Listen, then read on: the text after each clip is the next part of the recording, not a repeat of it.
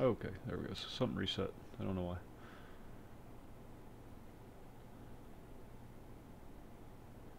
But we should be good now. Alright. Playing the Hunter at night. Sorry about the late start.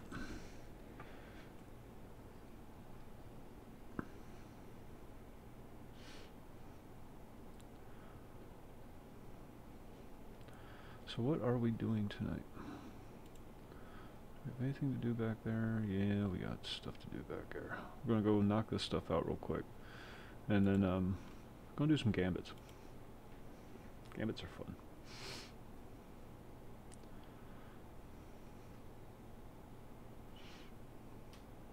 And I'm gonna do some trying to raise up one of my other specs. So I'm going to do some public events and stuff like that. Maybe some strikes, I don't know. We'll see. We're just going to goof around. Have fun. Wasn't going to stream tonight because of the late start, but figure I'm going to be playing the game anyhow. Might as well fire it up. Know what I'm saying?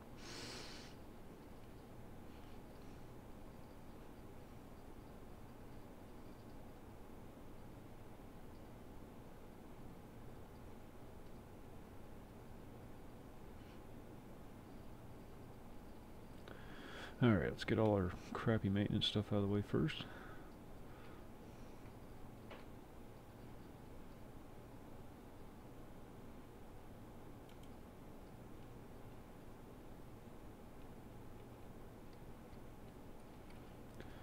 Let's see what we got. See if it's an upgrade. 584, 590. Yes, it is. So we'll take it. No, I don't. Shush.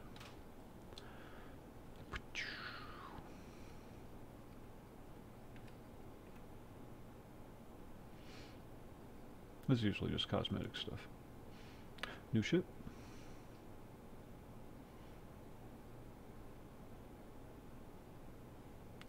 We snatch up another bounty.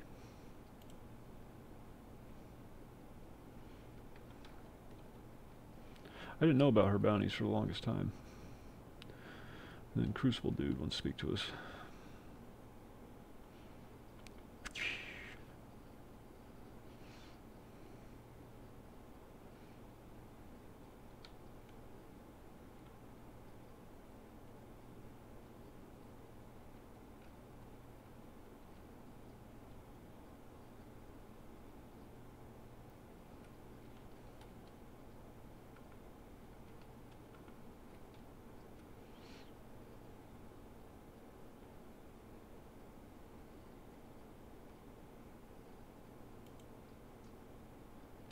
All right.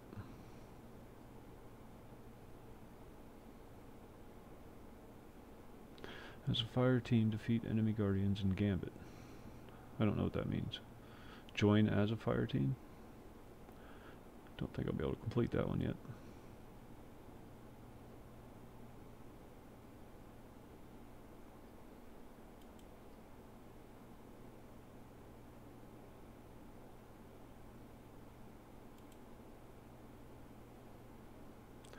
Void abilities. That's okay, because I wanted to work on the void abilities. And arc abilities are already pretty good. I'm going to grab that one just to have it. But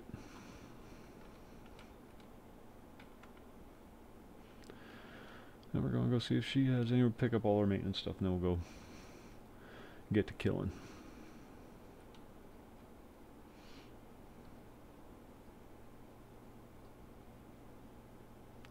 The Witch Challenge. No idea what that is.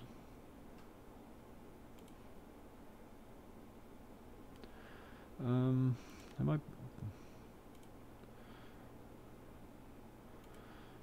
I don't know. Tier 3 or higher. I don't know what that is. Lost Sector with clanmates and Crucible with clanmates. Okay. Tommy's not on, so I'm not going to be doing any clanmate stuff tonight. And she has nothing. And it's just old Captain Happy Pants out in the main platform. He just maxed. He's got dorky looking armor. Zavala's armor is really bad looking. I'm sorry. I mean, the pieces themselves are fine. They just don't look good on him. They would actually look better on old Shaxmeister over there. What's his name? Shax, yeah.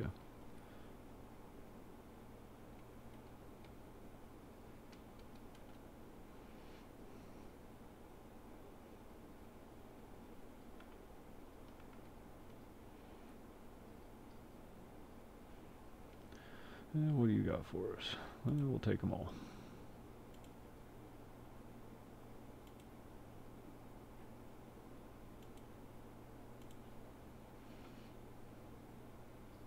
Yeah, you said that. Repeating yourself.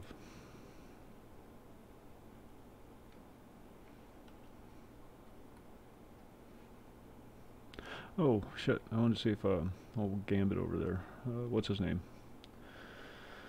has any of those team things you can pop before a match so that everybody gets bonuses. Yeah, it's fun. The hell was that?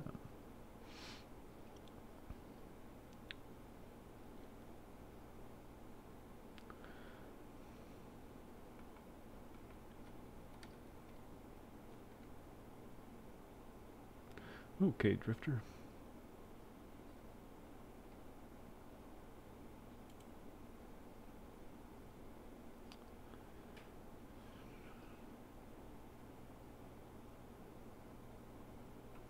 Guess he doesn't have any. Okay. Now, check our gear. We're doing Gambit.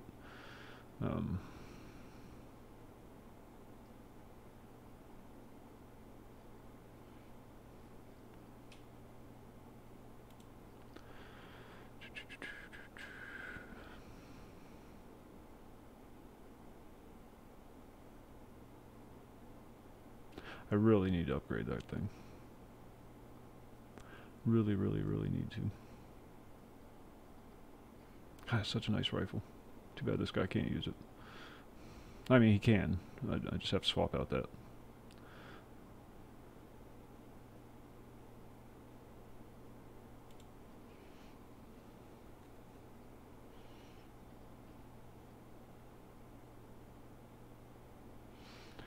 Yeah, good everywhere else. Let's check out our new ship.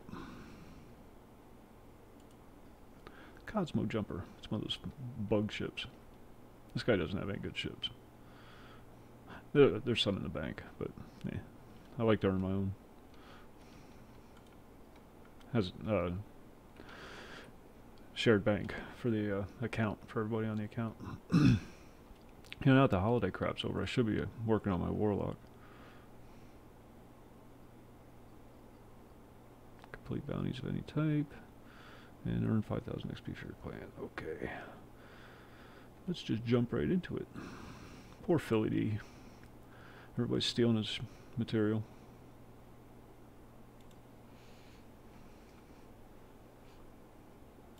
I might switch my loadout up.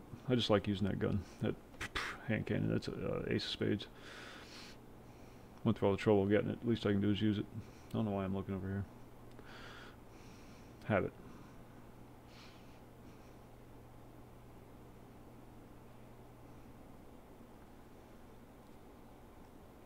Oh, we got 8. That was quick.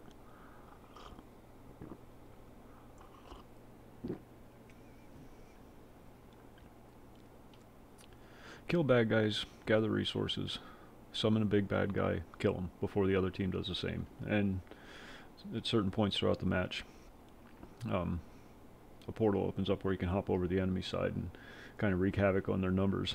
For like, you get to do it for like 20-30 seconds.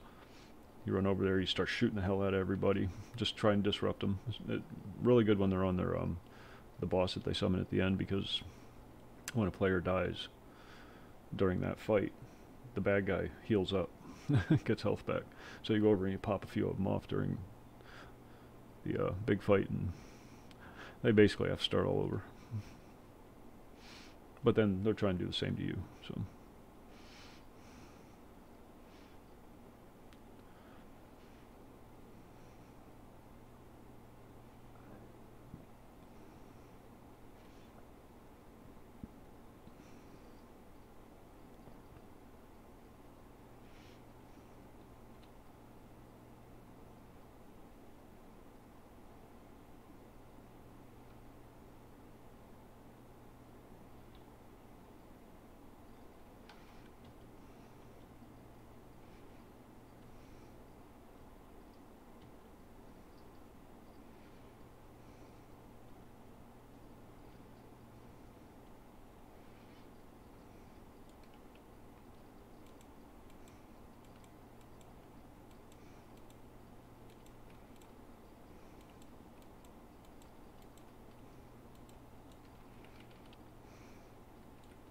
Oh shit.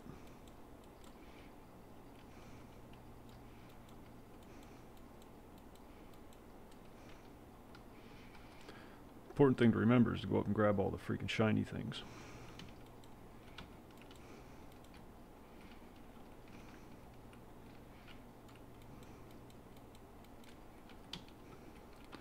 And not to die. You don't want to die on this.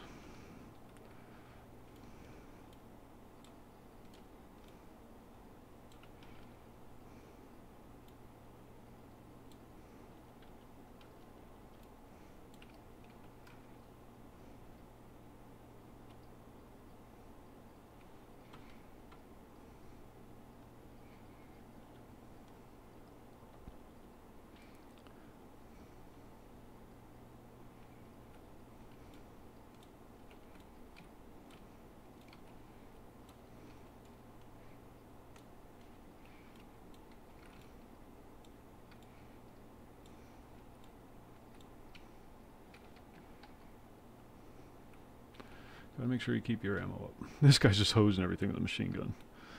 Good on him.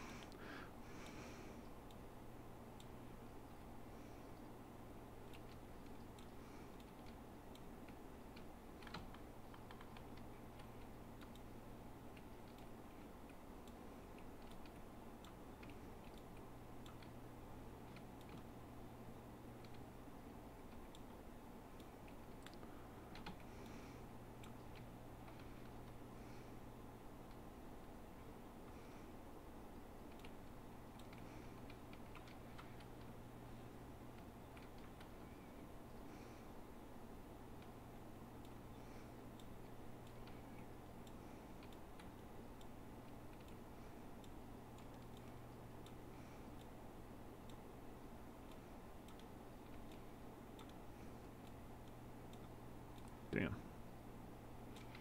Good.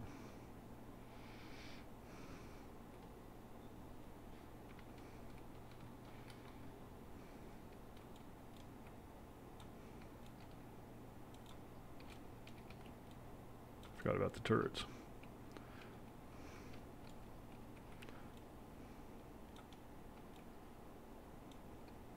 Damn drill.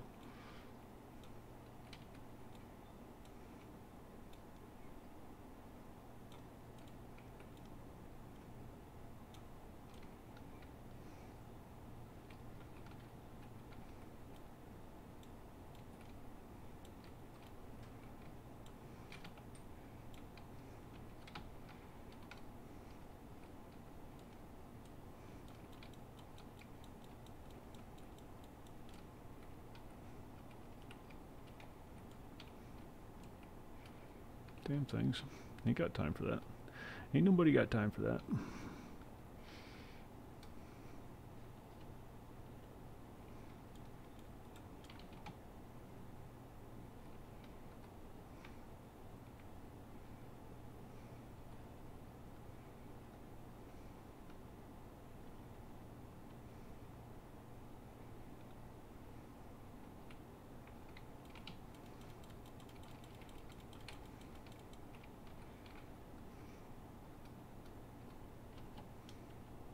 Where are they at?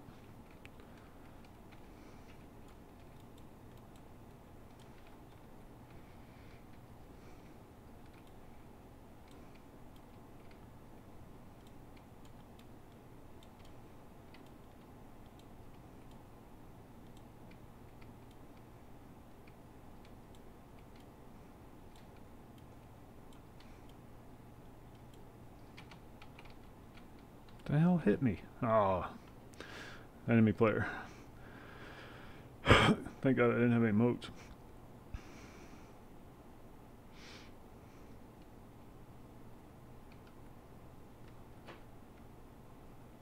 Where's the bad guys?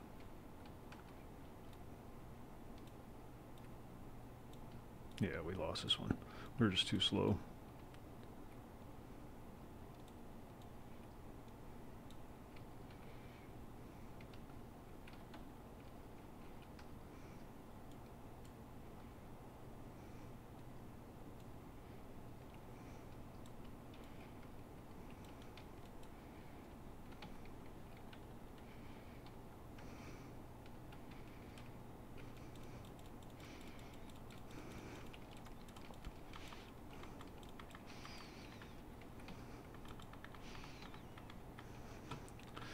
Yeah.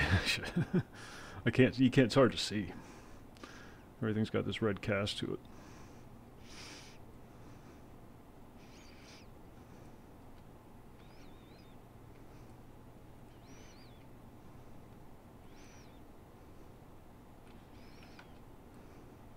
Just keep interfering with them.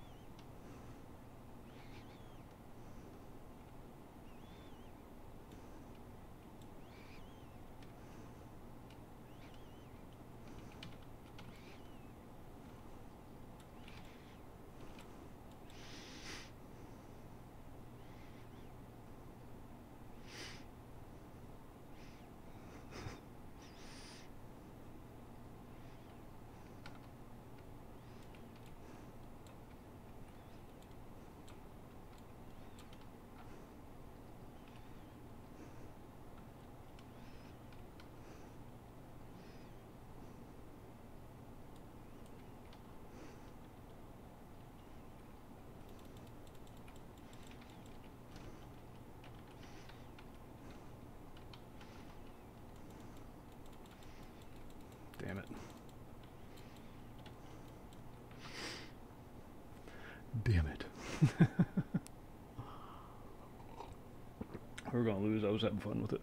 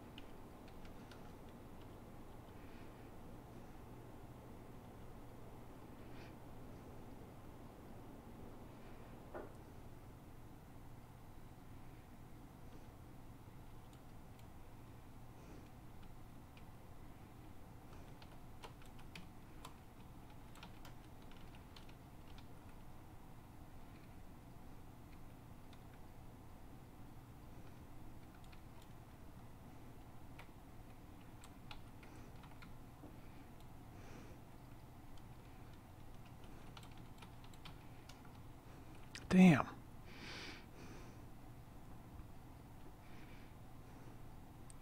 He killed me quick.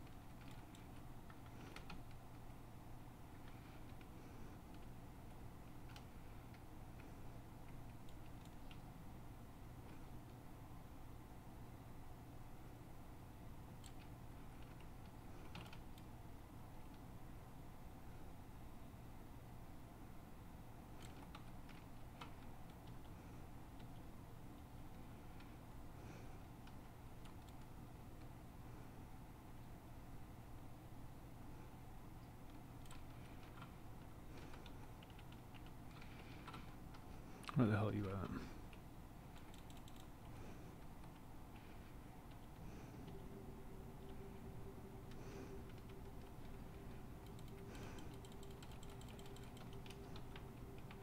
There he is. Damn it.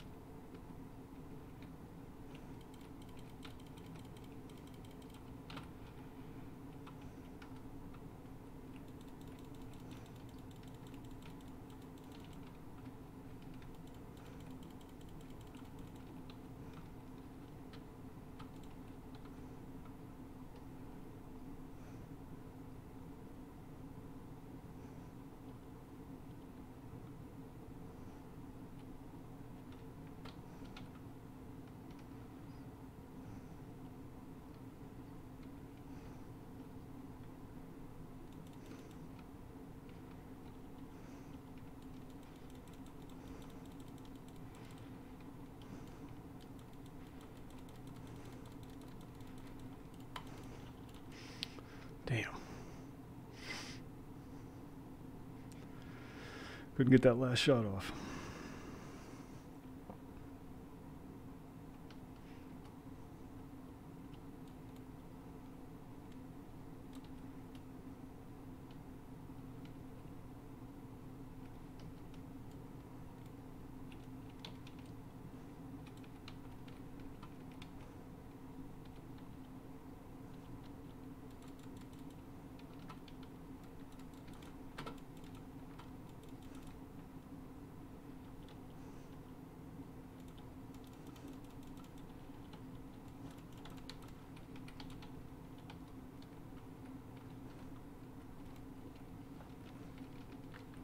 Damn.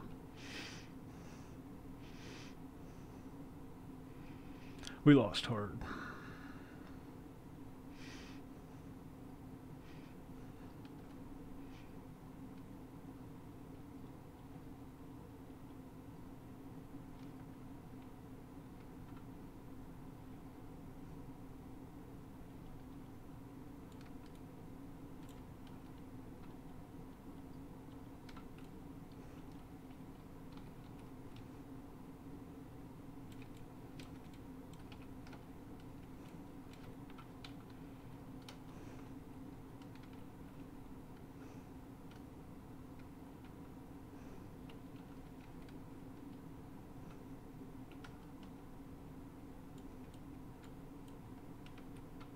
Where the hell is he? Good.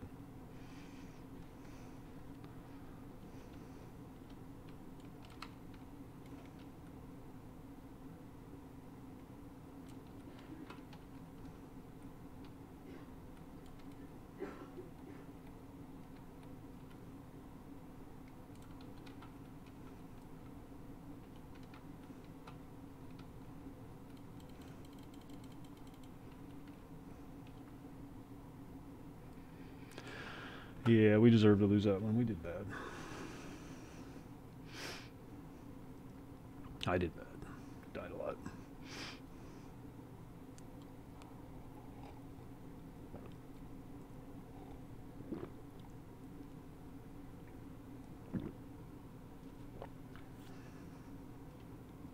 Now let's do that again.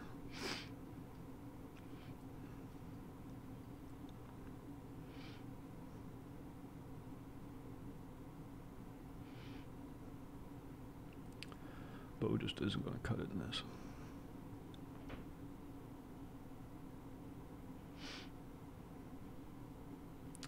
What I might do, auto rifle, submachine gun.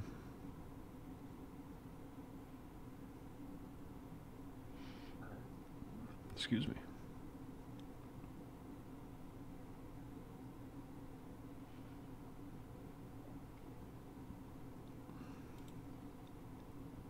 And sniper rifle.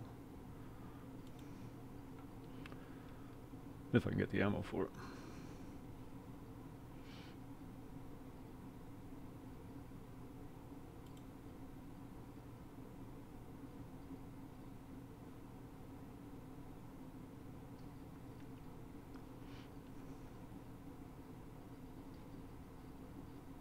Yeah, it's weird looking.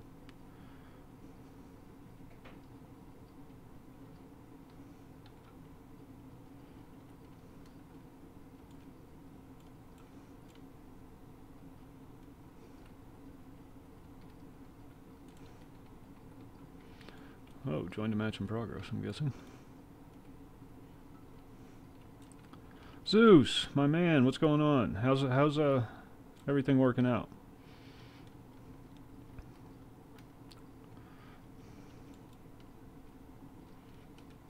Damn.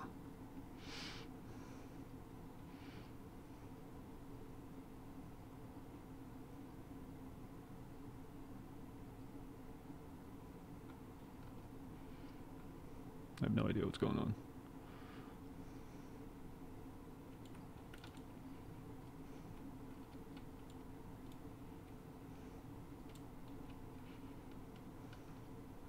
What the hell is going on? Jesus Christ, we're just getting bombarded by shit.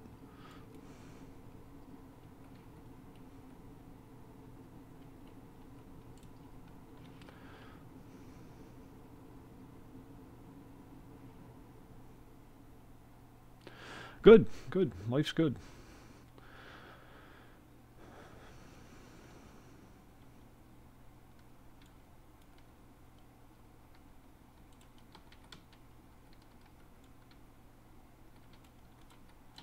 What the hell? Good God. What did I step into? There's nowhere to hide.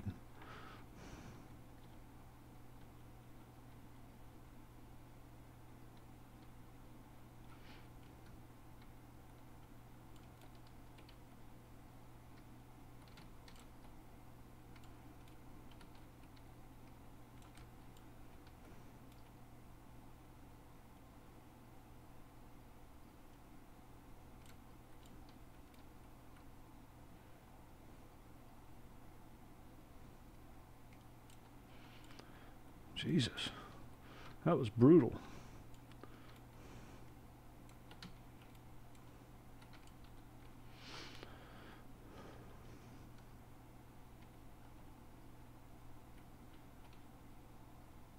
Shit.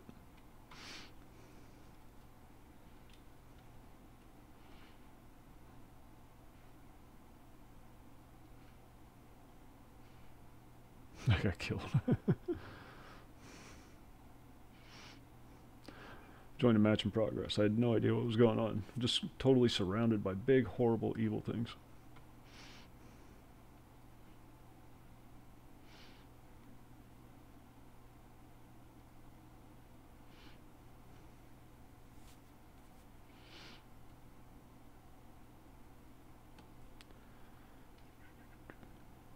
Do I got the void one active? Oh no. Arc Strider. This is the one I want to get active. The Night Stalker.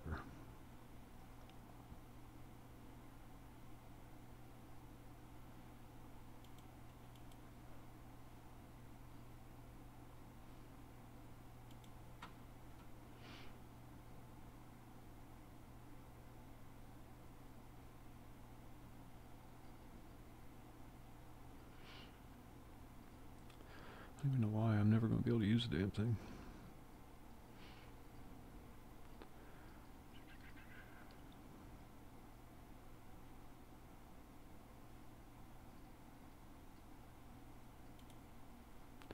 We will do that and that. I like that gun.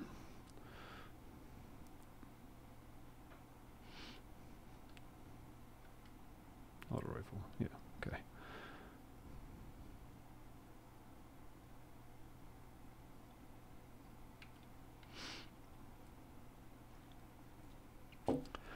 Damn it, should have got a coffee first. After this round.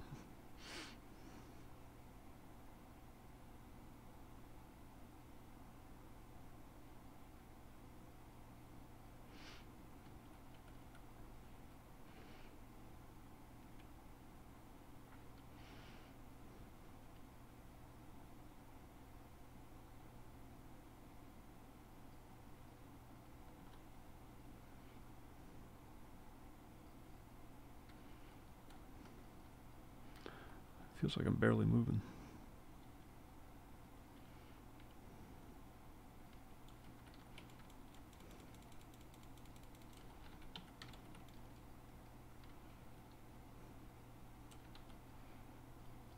Shit. Yeah, I just jumped right into it. Gotta start paying attention to what I'm doing.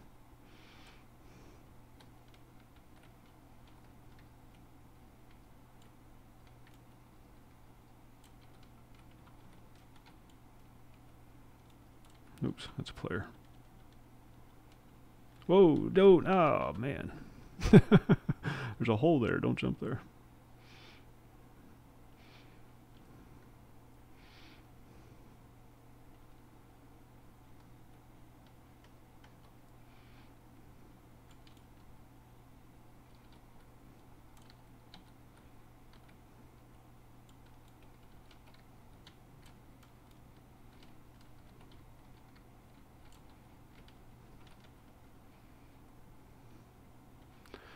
This one's not looking very promising either.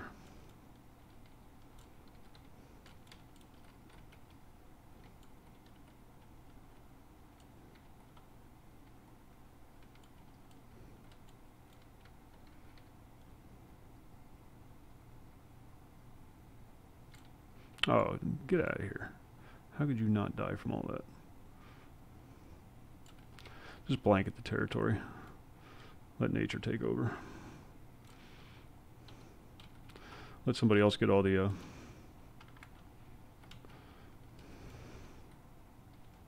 Come on, dogs. Damn.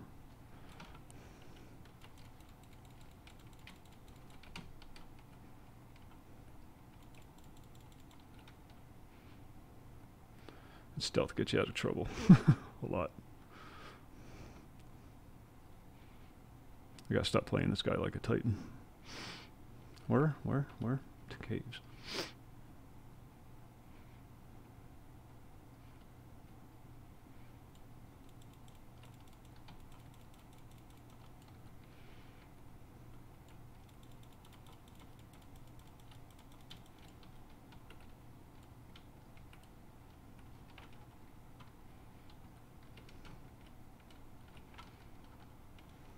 Where the hell's he at? Son of a bitch.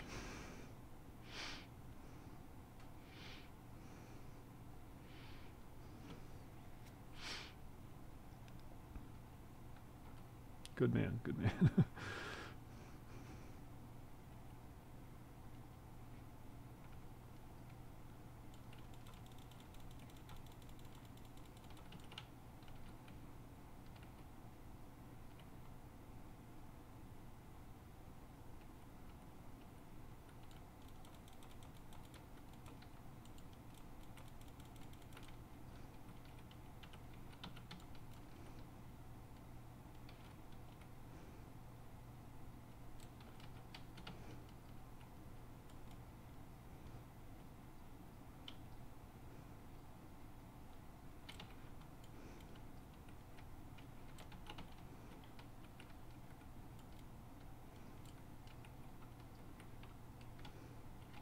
What the hell hit me there?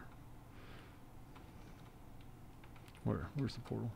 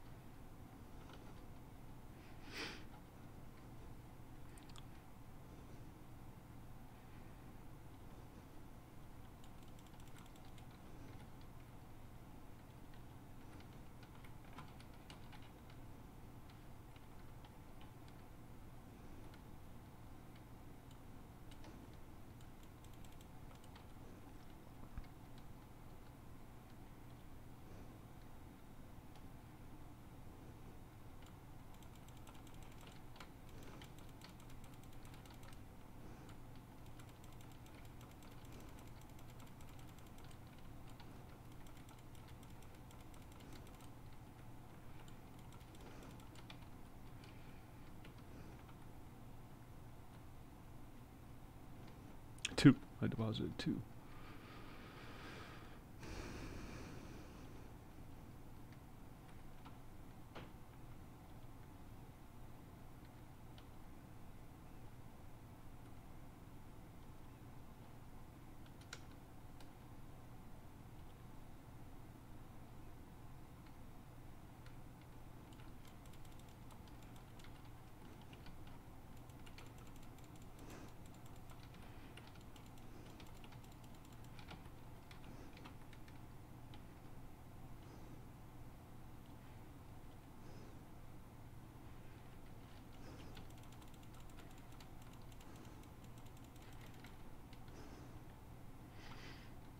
Oh shit, I just jumped on him.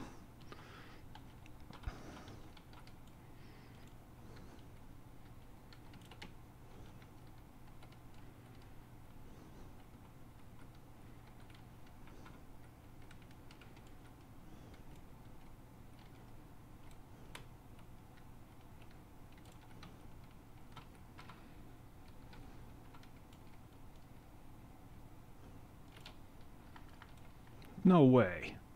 No freaking way.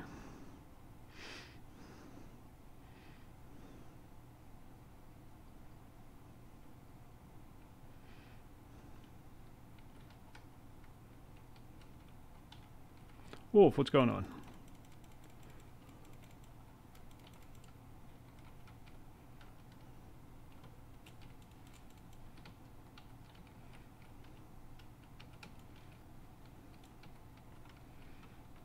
These freaking little energy balls are a pain in the ass. Damn. I hate falling. I can't stand the falling. They're a pain in the ass.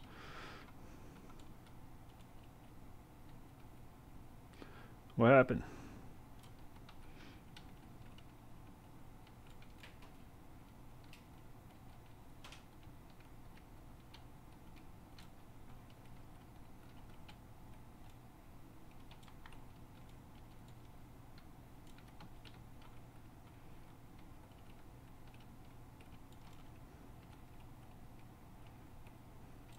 Ah.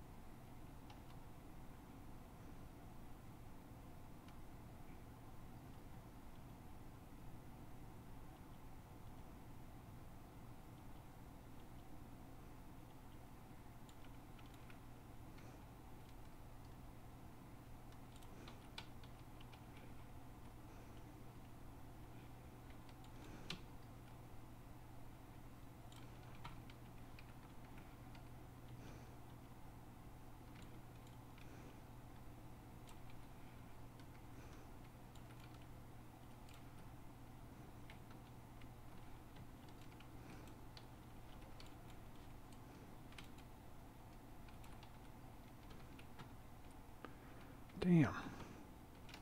Cannot catch a freaking break.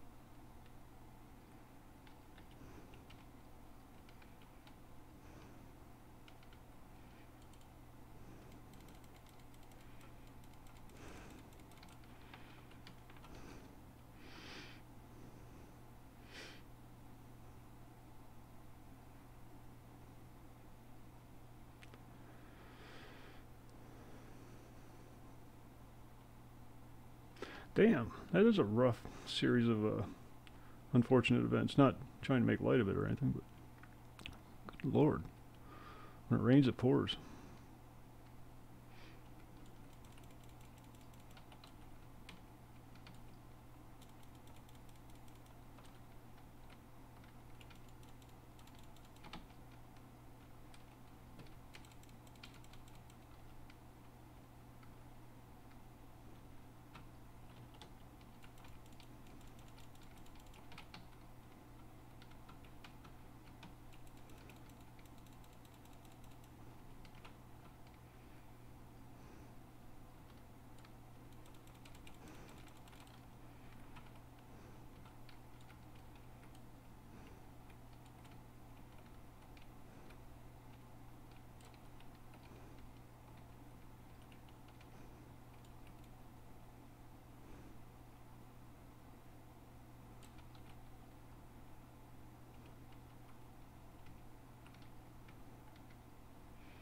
those guys down so I can deposit those fucking moats.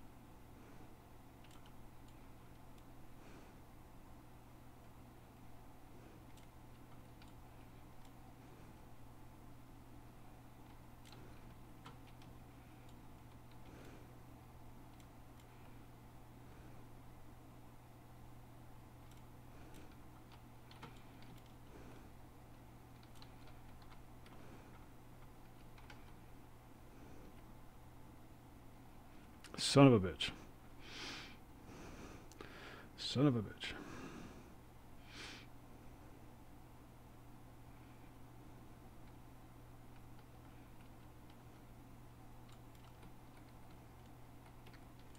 Healed him all the way back up to full.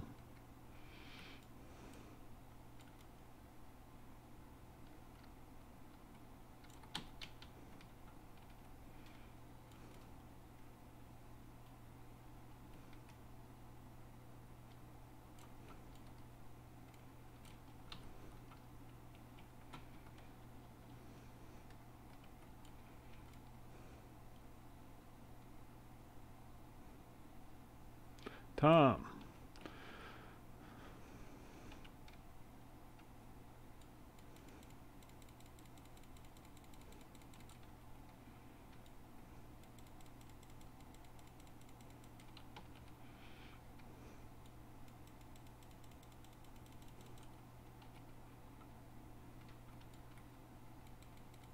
Oh, thank God.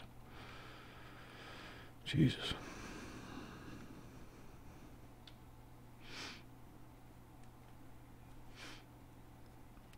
Thompson. James Thompson.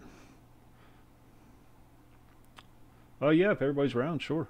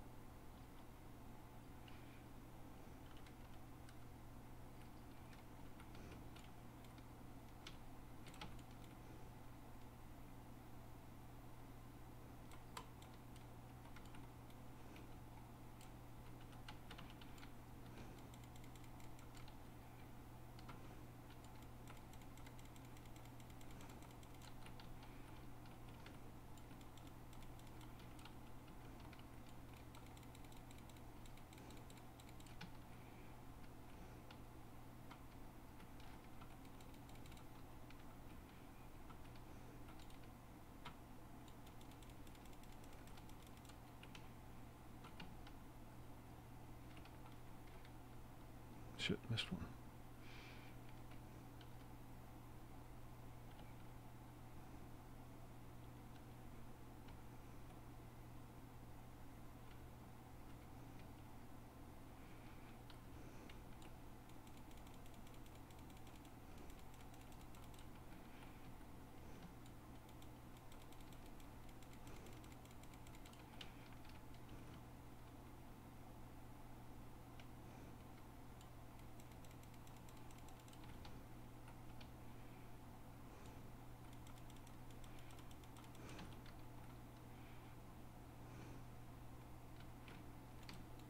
Oops.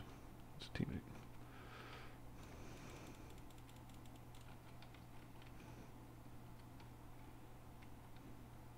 Good deal.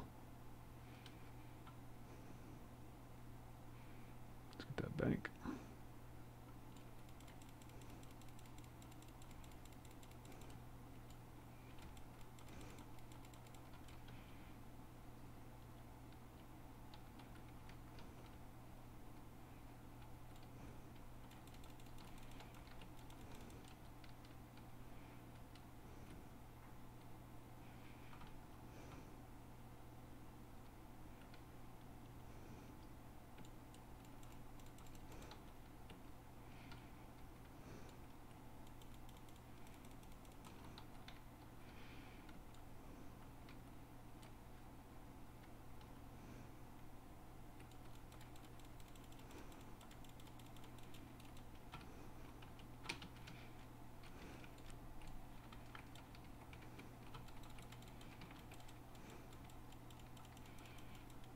It's called no shit button.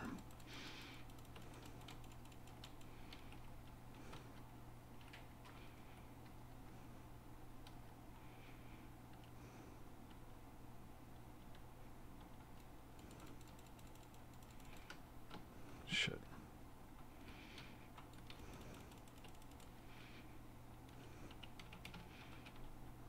I'm gonna lose my modes.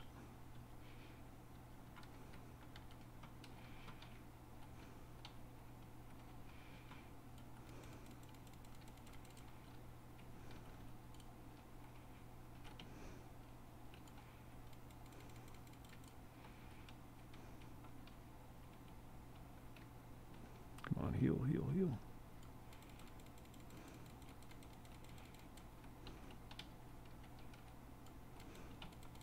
Ah, shit. Lost my freaking modes. God damn it.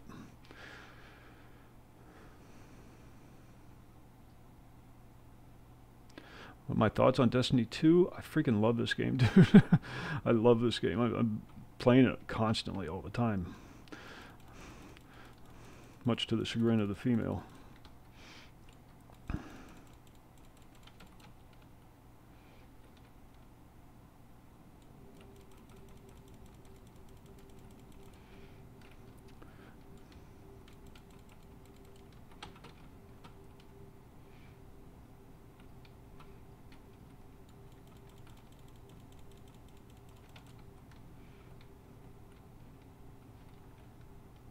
Shit.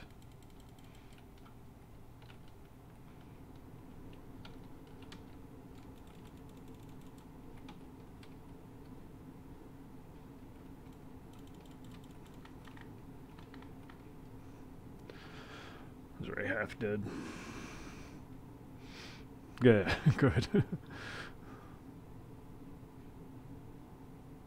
You're doing a PvP? On EverQuest?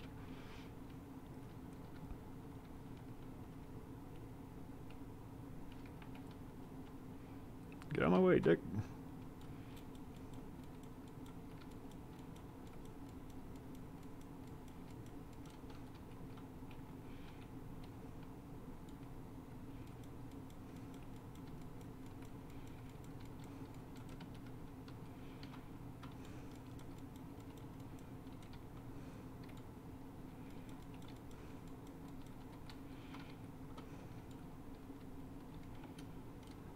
Sorry, but I need ammo.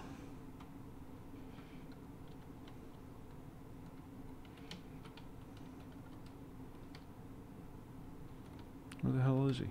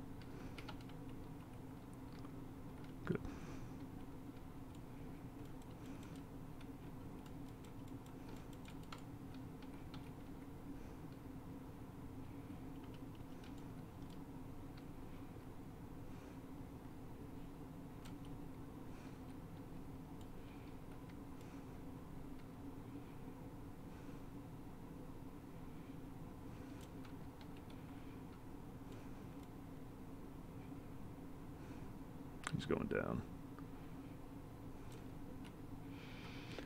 Whew.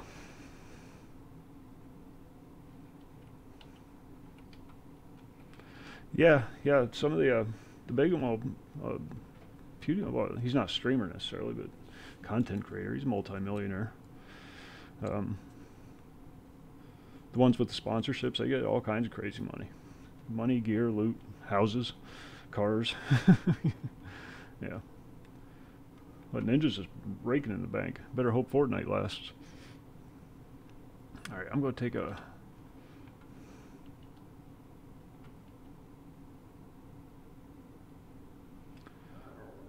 quick break to get a coffee.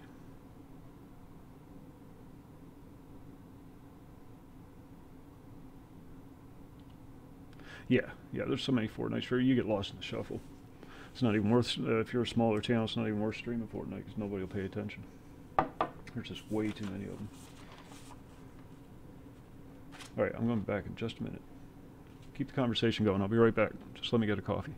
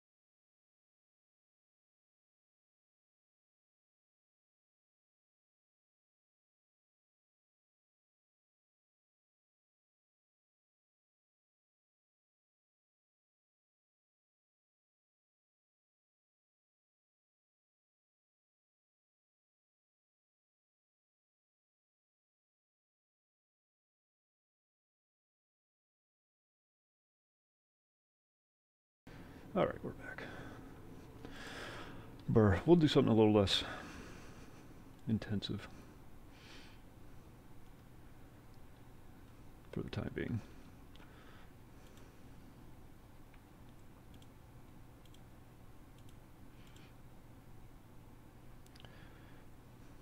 You have to be into this kind of game, though. That's the thing.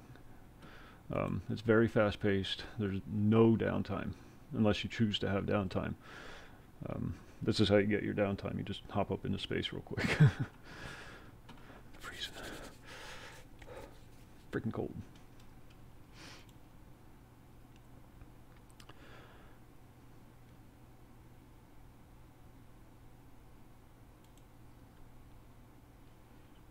I thought there was a thing I had to do.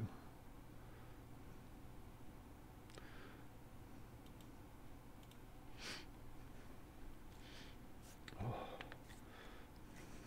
What were we talking about?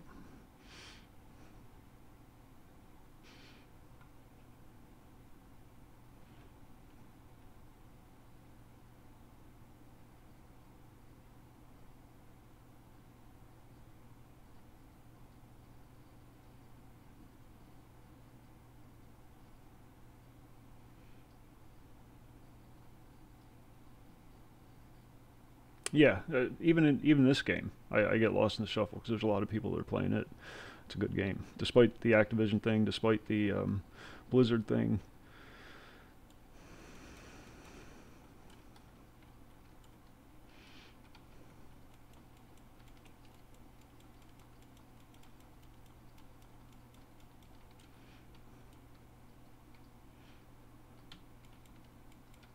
God damn, I can't hit a freaking thing. It's a great gun if you can hit with it. Oh, we're done. Whoa, shit. I freaking dropped the barricade right down on my head. Thanks, dude.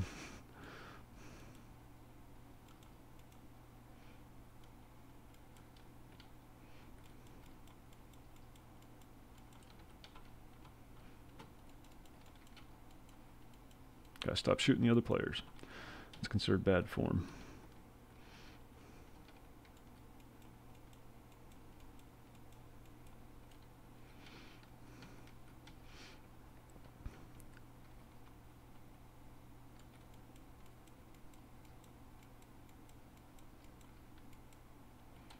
That's a big guy.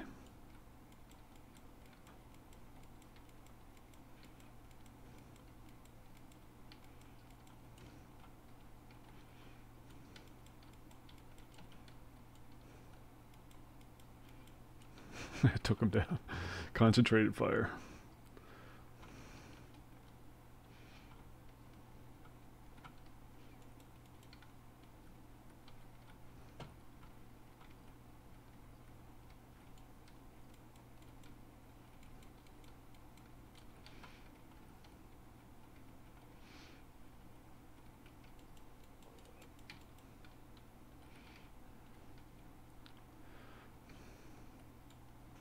Of course, I've given up on the whole rich and famous thing.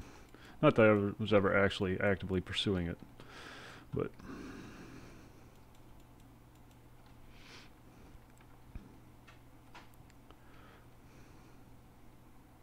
yeah, you fantasize that kind of thing, but the reality of the situation is I'm too old, crotchety, and boring. Yeah, yeah.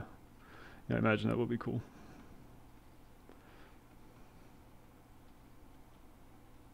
No, well, hell, you look at the top earners on this on the platform, and they're all thoughts. You know, except for like a select few. The top earners are all chicks that don't even play games.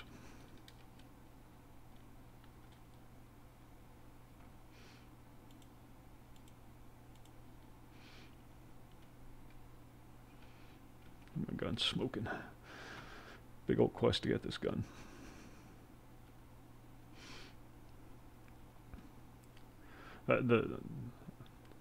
I seriously believe at some point the platform is going to turn into chatterbait. Whoa, it's a big old gun.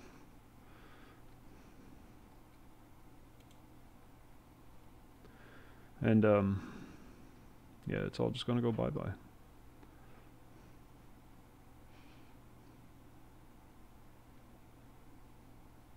I have no idea. I freaking have no idea. I honestly wish I could answer that, but no flippin' idea.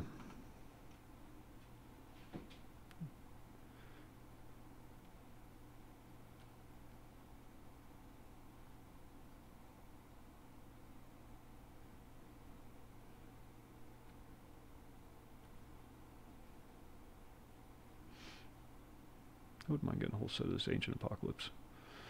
I think I might have a set of it. I really need to upgrade this. Well, they'll do something. First of all, he's playing the right game. I'm guessing he got in early. The goofy hair color probably doesn't hurt the situation any.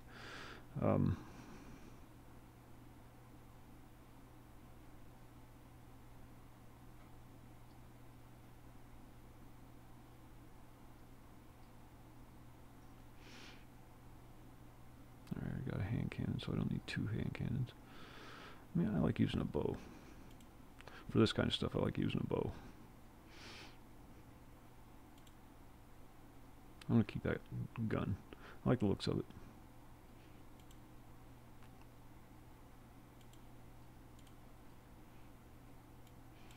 Oh, it's cavalry or Civil War looking thing.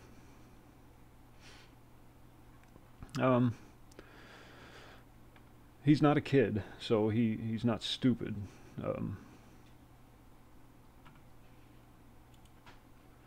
He probably did some marketing, I would guess. Alright, I want to raise my Night Stalker.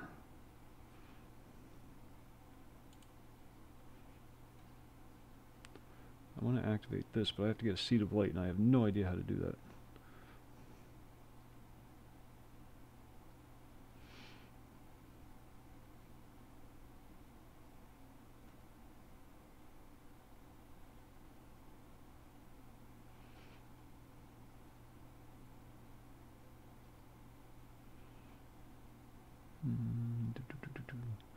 Bear with me, sorry. Just don't have any good weapons right now. I mean, I do, but I want to use them all, and you can only use one of the exotics.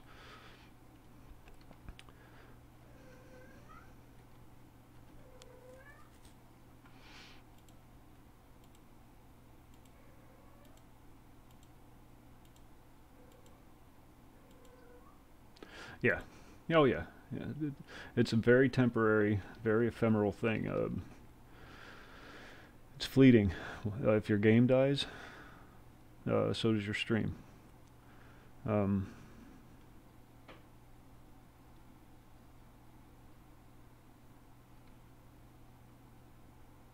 oh, good. Enhancement core.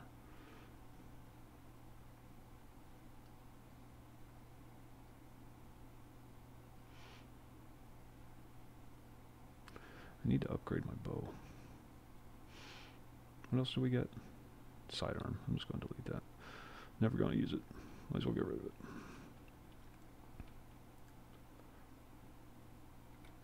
Tome of Order. Oh, you turn everybody into PvP.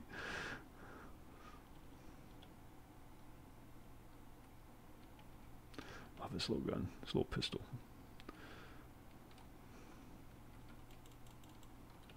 Then when you reload after a kill, you go stealth. It's great for PvP. It's a good gun in general, but it really shines in PvP.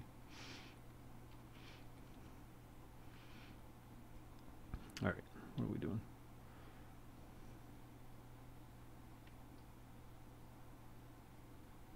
Yeah, isn't that funny?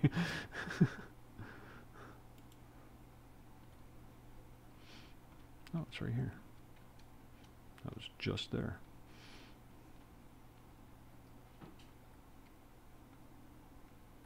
Wait, where the hell is it?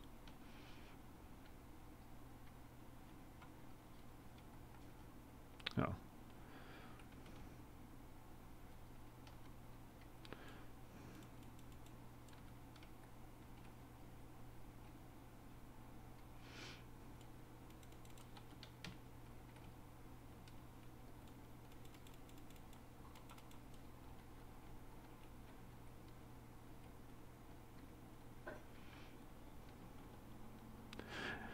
If you take it too far, it does eat up a major chunk of your life. I ran into that for a little while. A lot of hostility at home, you know. Yeah, freaking.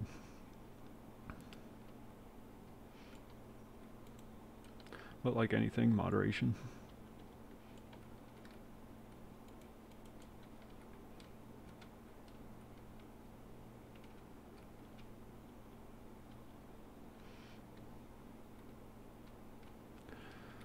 If anybody thinks that the news is anything other than... Well, it is, yeah, but it's also much more temporary. I mean, most streams have an average lifespan. Or have a limited lifespan, rather, sorry.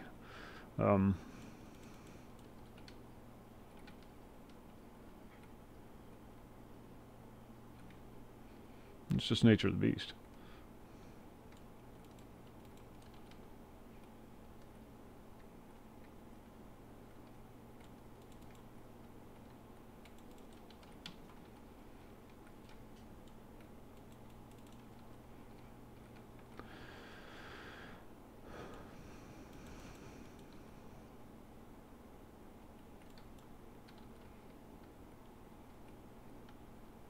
How many more of these damn things do I need? Jesus.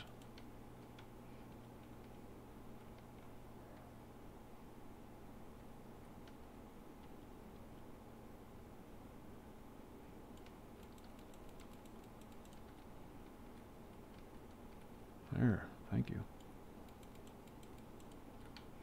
Now I'm just killing him to be a dick. Love this pistol. Does a hell of a lot of damage too for a pistol.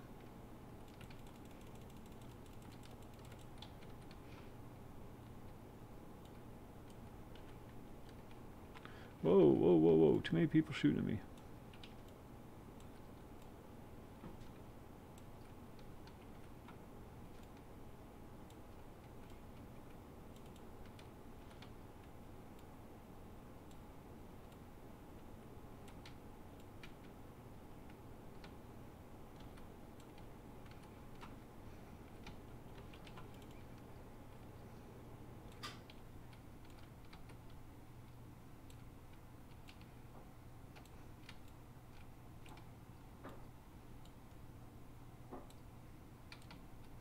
Jesus.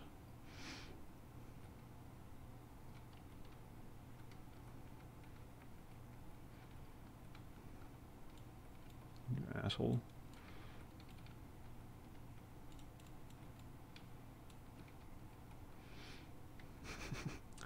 Trying to kill that big boss monster thing, and the other guys are nickel and diming me.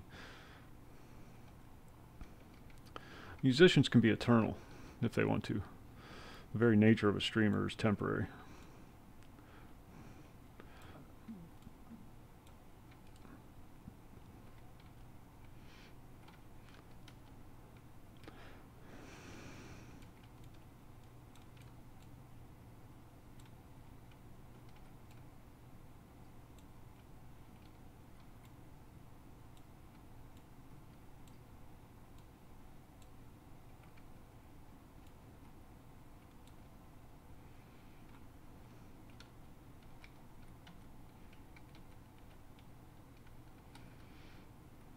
Alright, gotta quit screwing around. Good. I'm working on my hunter now because he's much more entertaining. He dies a lot more, but he's much more entertaining. A lot more thought behind it. It's not just run in and murder things. Throw up a wall when things go bad. I'm going for the stealth build. I am freezing my ass off.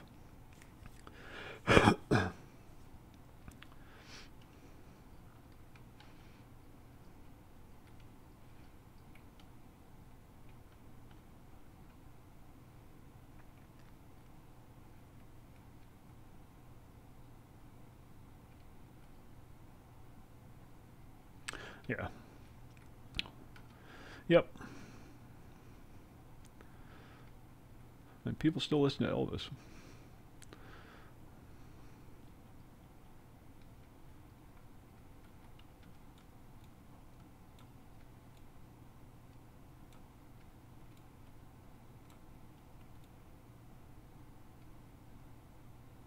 Well, I know you're there somewhere.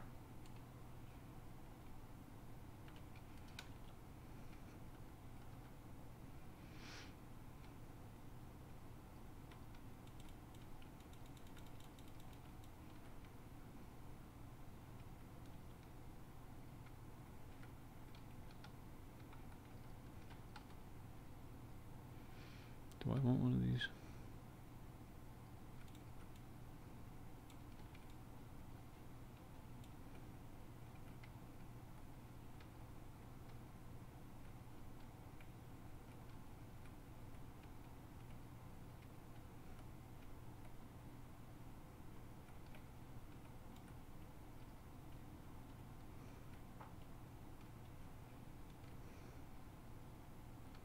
Probably kill them better by hand.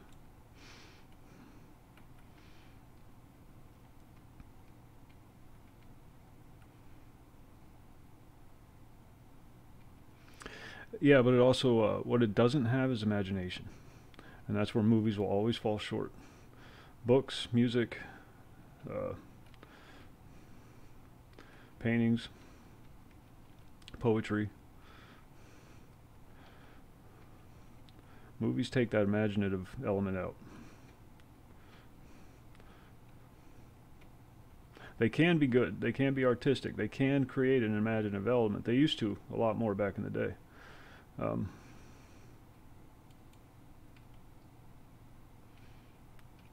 Like the old Bela Lugosi vampire movies. You never actually saw them bite the girl. It was always assumed behind a closed door. Same applies to sex. Sex in movies. Sex was always an assumed thing.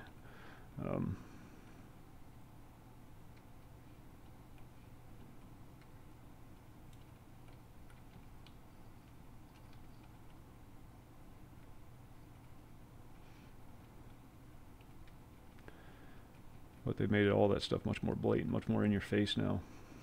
So the imagination's going away. That's why you end up with things like, not that I don't enjoy those movies myself, but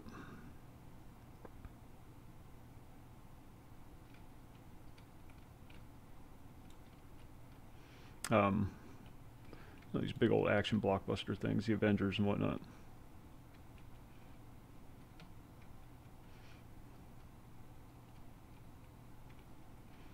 Not a lot of thought. It's just stimulus input, stimulus input, stimulus input. Pure dopamine.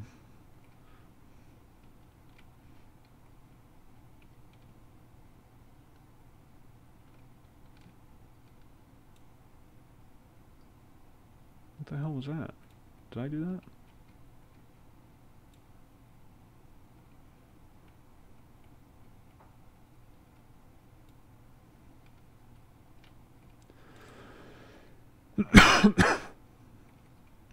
See, that's why you don't stand in front of the tanks.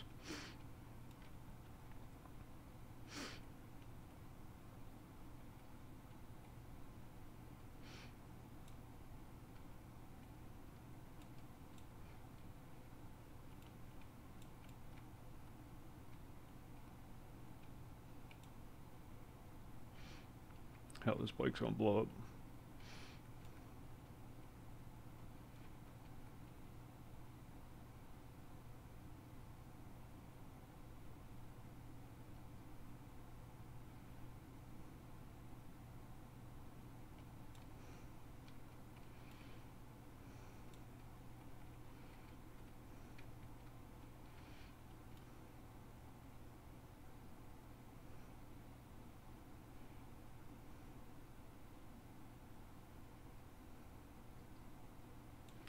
Good Lord.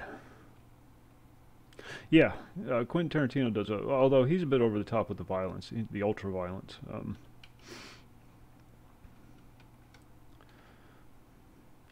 He does do good work for what it is,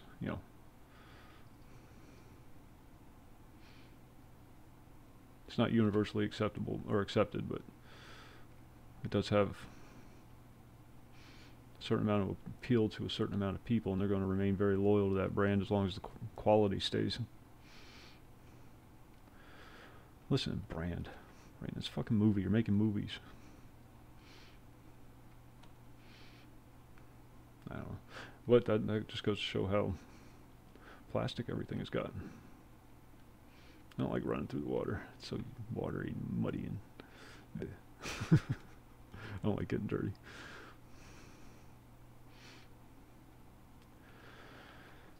Although he's done some real flops too.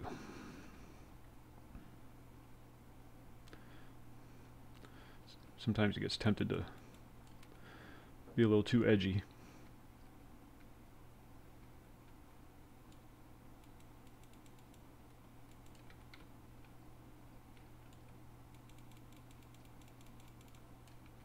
Hell, I could probably, I seriously bet I could kill him better with my guns than I could with the damn bikes.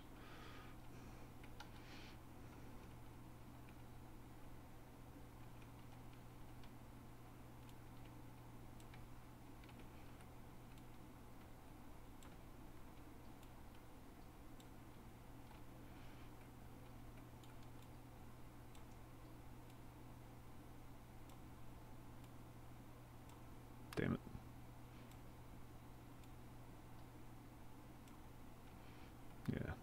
dodge that.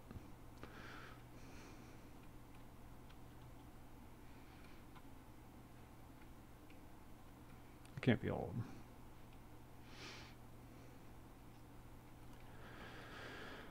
When you get famous, you know, like Tarantino did, you start to believe it. It's important to maintain humbleness.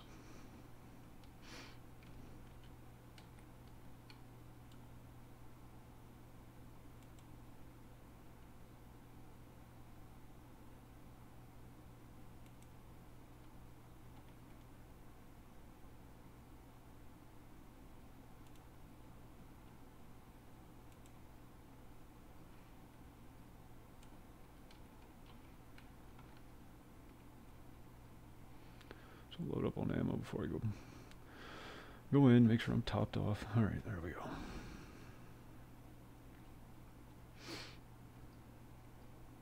Not that it doesn't give you plenty, I just don't like running out. I've had it happen, especially submachine guns.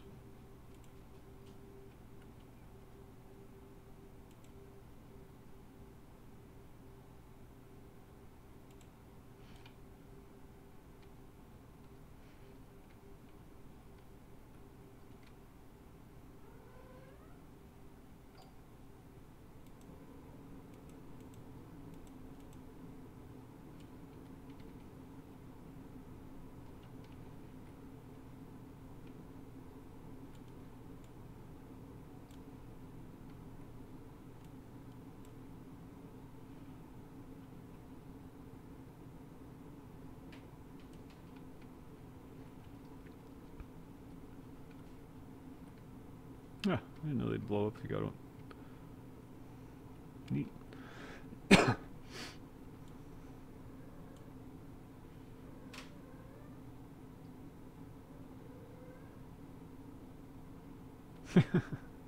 Well, what's that say about him?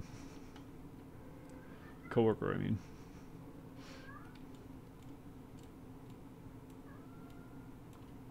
Come on. Why do I suck so bad?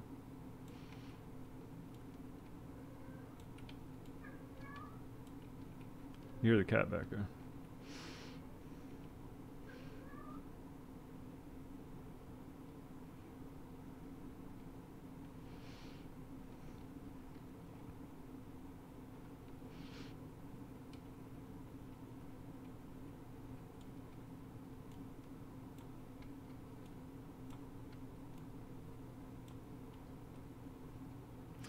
Cat whines for everything.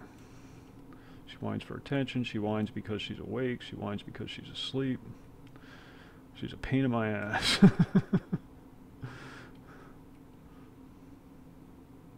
Tarantino or the coworker?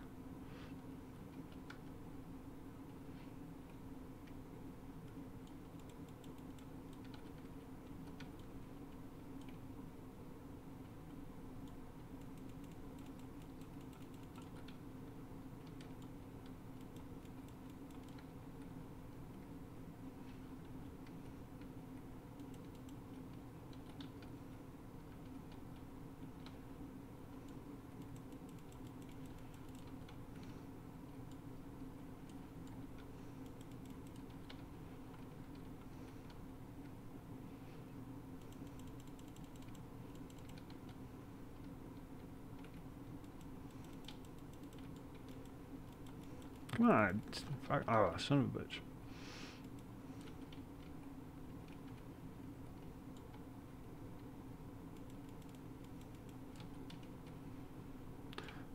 That stealth thing becomes part of your strategy.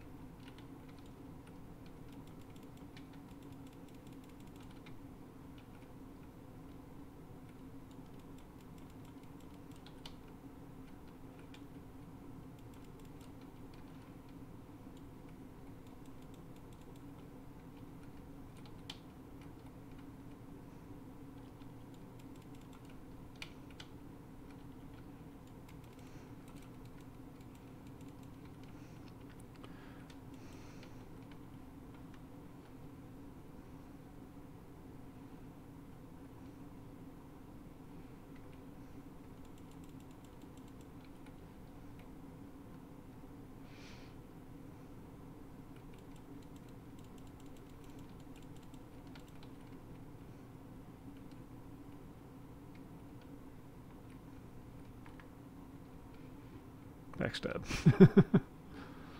Where am I going? Something tells me I have to go up here.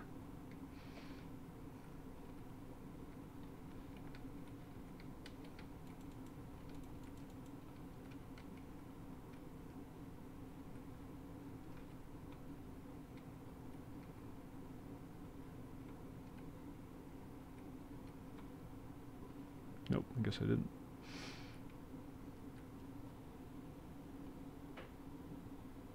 Thought I heard the beast.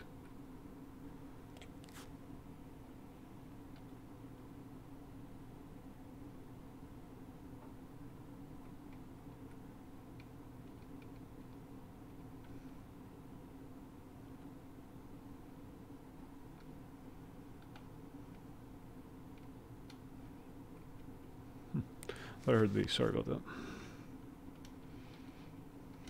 Yeah, it is, but there also has to be a realistic aspect to it too. The reason why those people are exceptional is because they're exceptional. That kind of thing isn't meant for the run-of-the-mill Joe, you know what I mean? They're just not equipped to deal with it.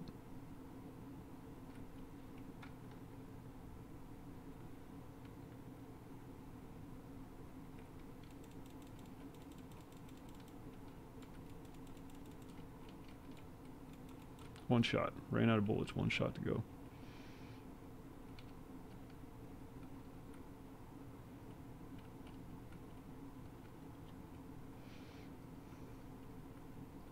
Yeah, you got to try, of course, because how else are you going to find out if you're one of those exceptional people? But then once you try and realize, aw.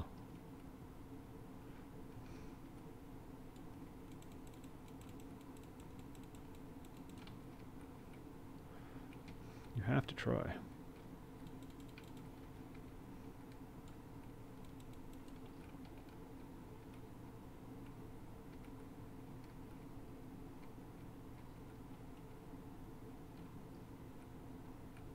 They're all dead. They're all dead.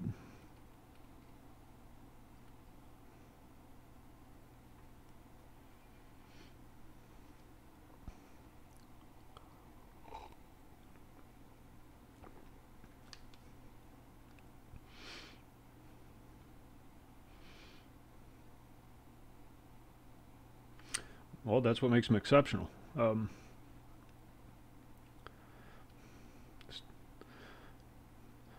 You can overcome lack of talent, lack of personality, just by being acceptable. Trump became president of the United States, and he has a horrible personality. He's just one of those people who's very driven, very motivated.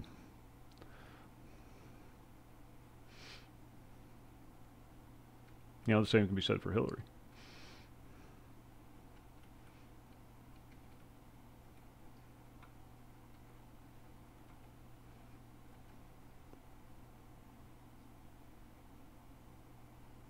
Oh, great. Hey, we did a mission.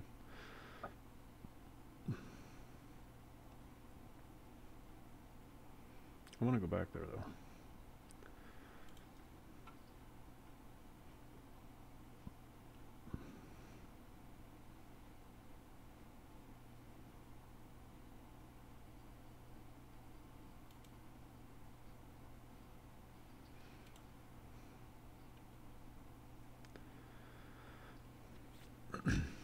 No, I guess we're going to Mercury. Sure, let's not ask my opinion on the subject.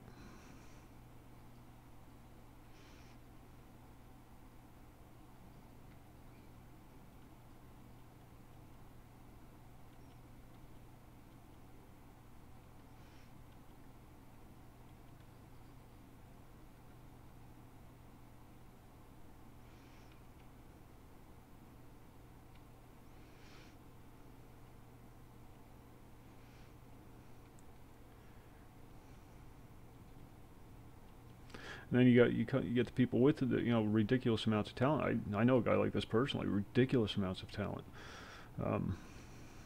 Sits around, collects welfare, and drinks beer all day. You know, he's never going to be exceptional because he doesn't have the motivation. It's the motivation that makes you exceptional. the drive, the passion, the will.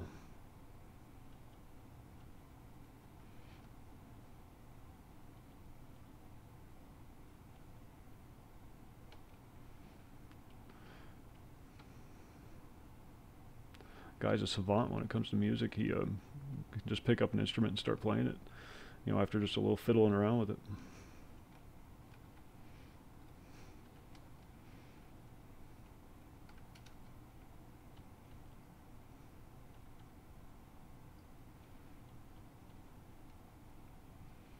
And, you know, artistic ability. Guy's been drawing lifelike form since 6th grade. But he does nothing with it.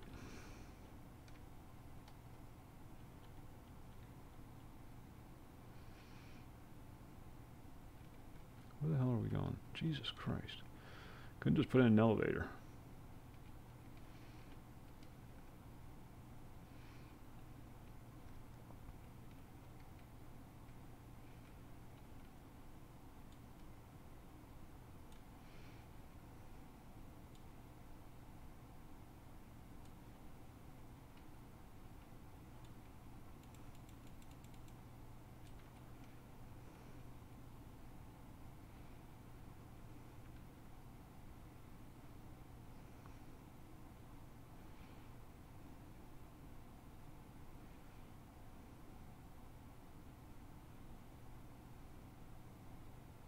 Yeah.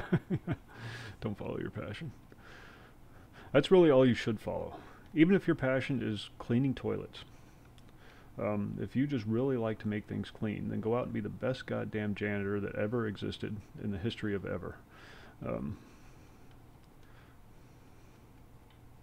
think a lot of people, they just don't know what it is that they want to do, and you know, they settle. But you know, you need certain people like that. There are, the vast majority of people are going to be those people, the ones who settle for a factory job or a 9-to-5 job or whatever.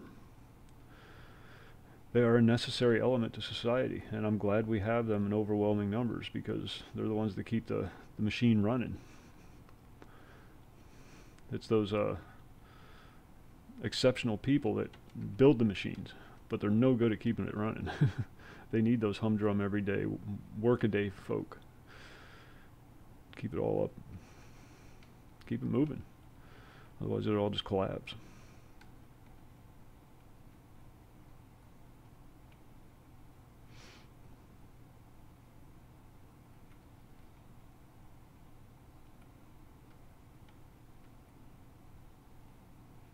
And it's okay.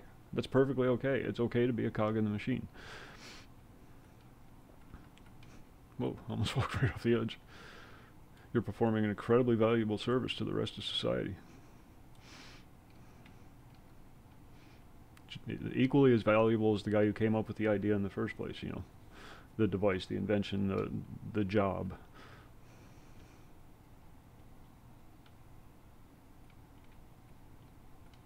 Whoa.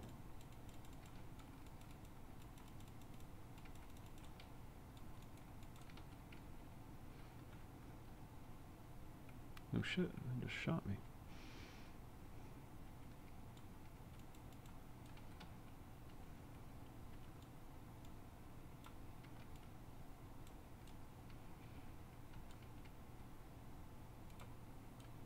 Oops.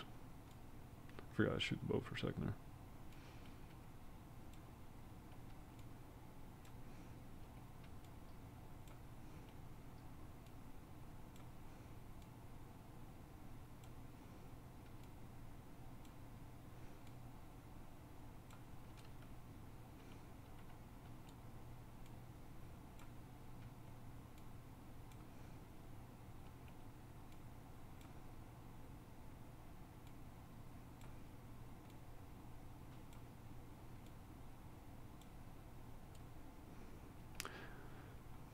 I'm gonna swap out to Cade's gun.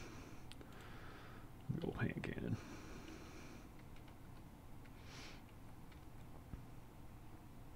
Yeah, try new things, keep your mind open to new opportunities, but be realistic in the moment too.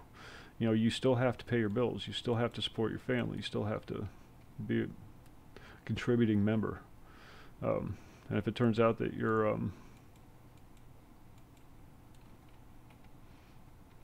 you never find what it is that you feel that passionately about, at least you performed valuable service to everybody else. But in the meantime, keep looking. You know, and it may be something that doesn't generate revenue. And that's the thing that I think screws most people when it comes to this search for passion. This search for their money should have nothing to do with it whatsoever. Absolutely nothing. That should be the furthest thing from your mind when you're pursuing this goal. But so many people can't differentiate between the drive for wealth and the drive for happiness. The two are not mutually inclusive. What am I trying to say? They don't go hand in hand. Money's a result of a passion. It's not a goal of a passion.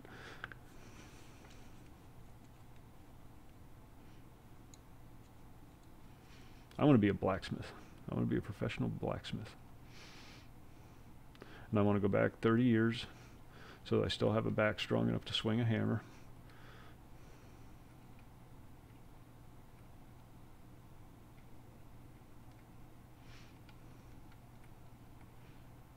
And what I really, really, really want to do is go to the bathroom. I'll be right back.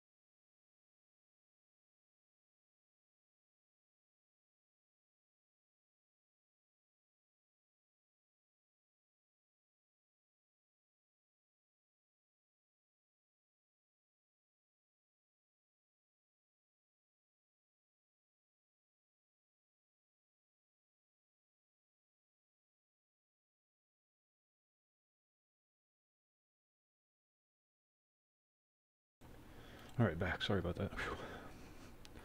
Getting close to critical mass.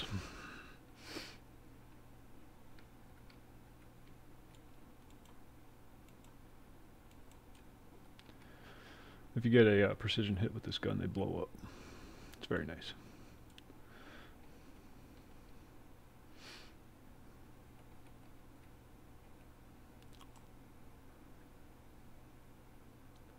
You should be allowed to. I agree with that, but you should also be responsible in how you do it. And that's the thing.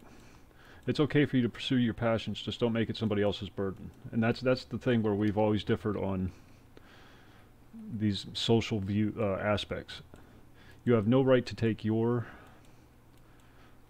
desires and make them somebody else's responsibility. You pursue that. You pursue the hell out of it. But you do it yourself. Don't make me pay for your passion. I don't want you to pay for mine.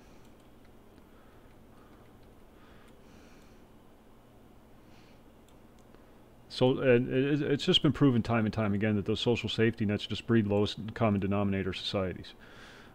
If you give people a base level of living, they're going to live at the base level because it's easy.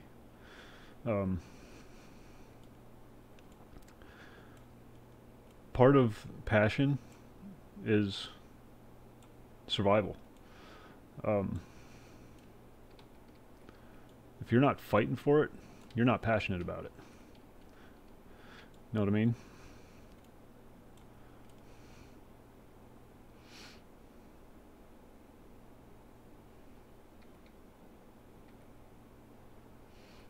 And catastrophic consequences are part of the process. I'm a firm believer in that.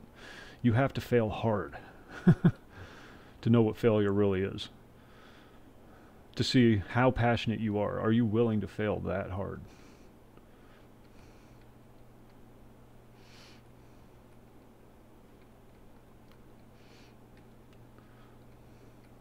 I just don't want one of them bastards sneaking up on me again. Because again, that safety net becomes a safety crutch, and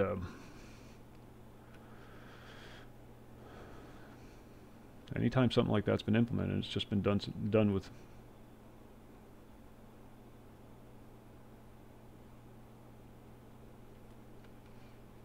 what? Oh, basically just said kill everything. Damn, I missed.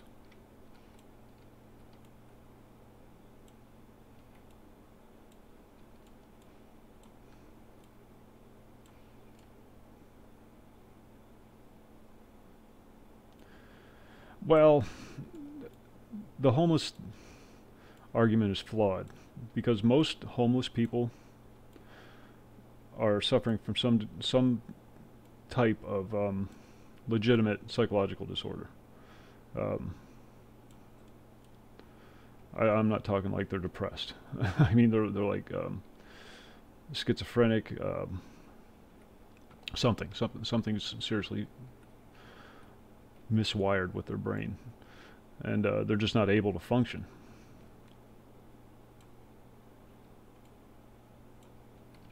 Whoa, whoa, whoa! No, you can't bring friends to this fight. This is a one-on-one, mano-y-mano.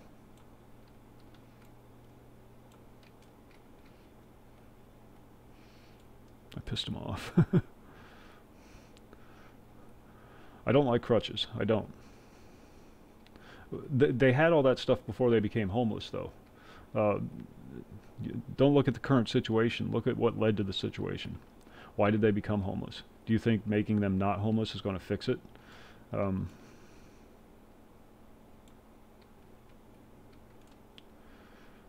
Or is it just going to recur?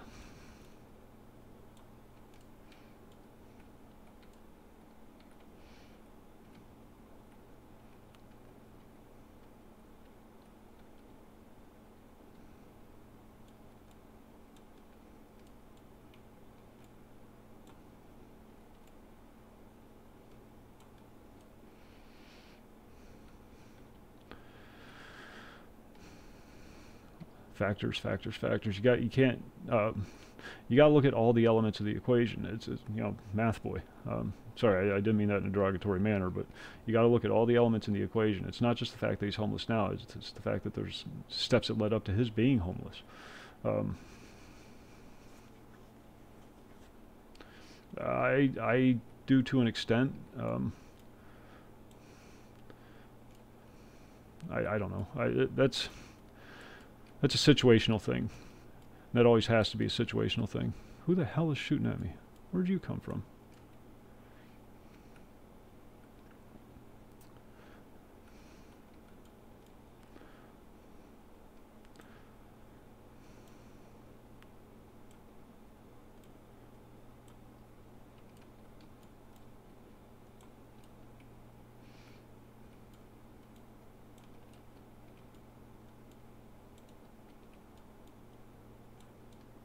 You're a pain in the ass. You're a pain in the ass. You're a big pain in the ass.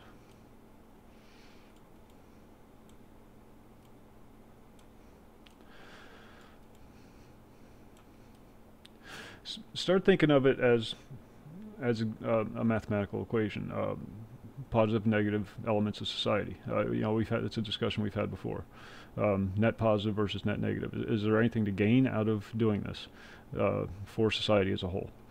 And I know that's a cold, hard way to think about it, but it's really the only efficient, fair way to think about it. Everybody has an equal opportunity. What you make of that opportunity is up to you. And does your existence, do you break even with the rest of society? Do you have a net gain for society? Do you have a net loss for society? Net losses should be eradicated. In business, if you had something that was consistently a net loss, that was something you would take out of your business. If you were selling a particular product that consistently losed money, you would stop selling that product. If you were studying a scientific theory and it just kept getting disproven and disproven and disproven, eventually you just have to concede that it's not a viable option.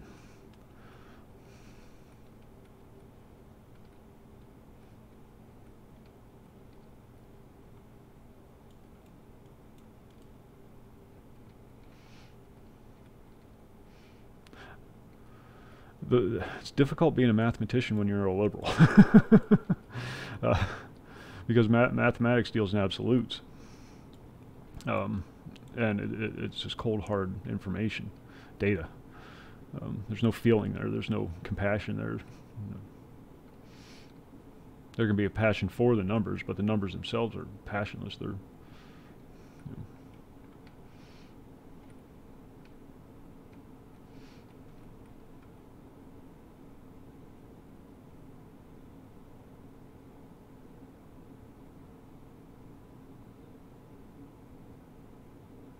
yeah.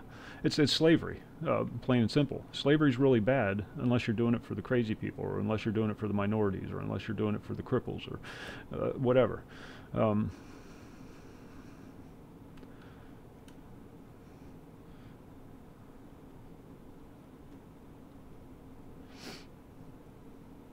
And you know, forcing somebody to pay for somebody else's lifestyle is slavery.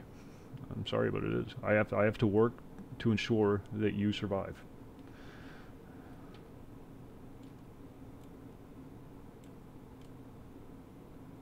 They hate it when you do that.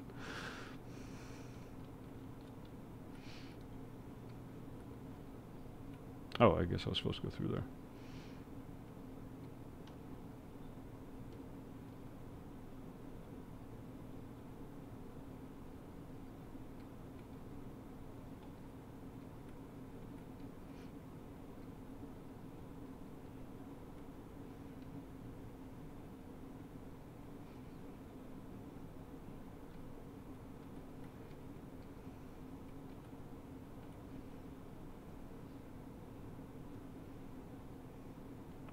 Oh, you can argue all you want. If you know of an individual that has a perpetual heroin addiction, for example, they've been into rehab countless times, Um, they show no desire or willingness to be better. Is that somebody you're going to want to dump time, energy, and resources into? Probably not. But under these social contracts, people who would otherwise choose not to help somebody who doesn't even want to help themselves, it forces them at gunpoint to help these people. That's not a contract. That's extortion.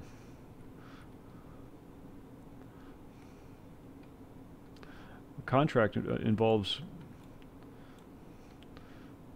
a mutual agreement of some sort.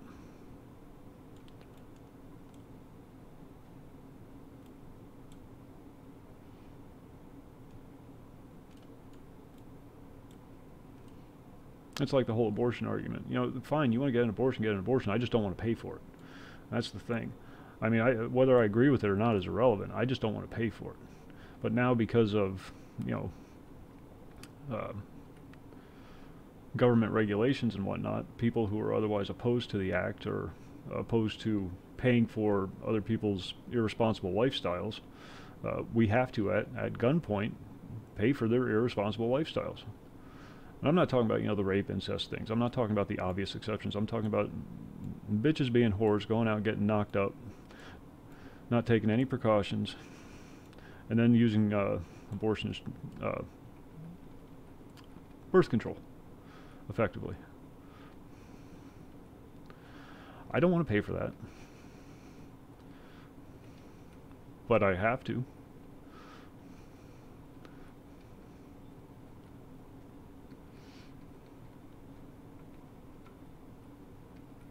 Absolutely they are. And I don't want them misused any more than they already are. Just because somebody's doing bad doesn't mean it's okay to do bad. You know, we'll work on one problem at a time here. Yeah, money's grossly misused. All the military efforts that are in effect right now should never be in existence. We have no reason to be at war with 90% of the people we've been at war with since the Civil War. World War I had nothing to do with us. World War II had nothing to do with us. Vietnam, Korea, the Middle East, everything going on in the Middle East, Syria, none of that has anything to do with us. None of it posed any threat to our borders whatsoever. And yes, they are problems. They need to be dealt with. But that doesn't justify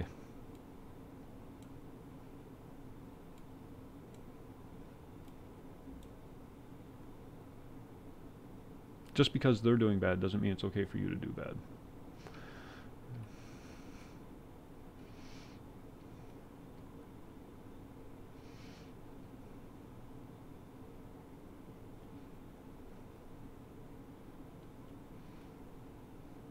There are a lot of people out there right now that are feeding off the system that will never, ever, ever, ever be contributing factors to society. And through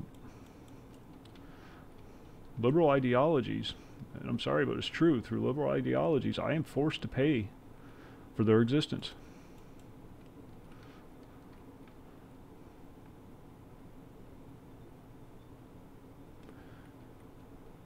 People will just never ever be anything but a constant drain on society, and then they will breed more drains on society, who will then, you know, it propagates.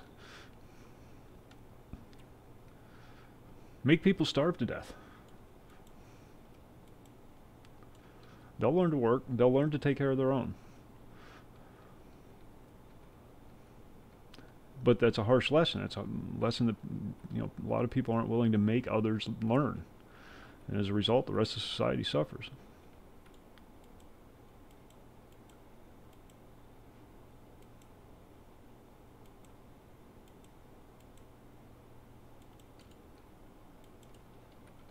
Damn it. Freaking snipers.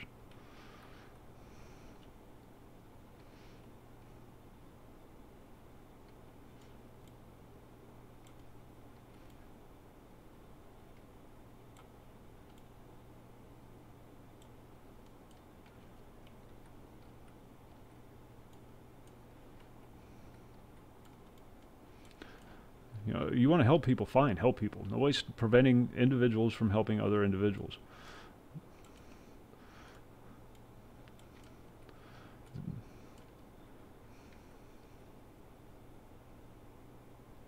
Well, yeah, it does. That goes without saying. But crime also has a balancing effect.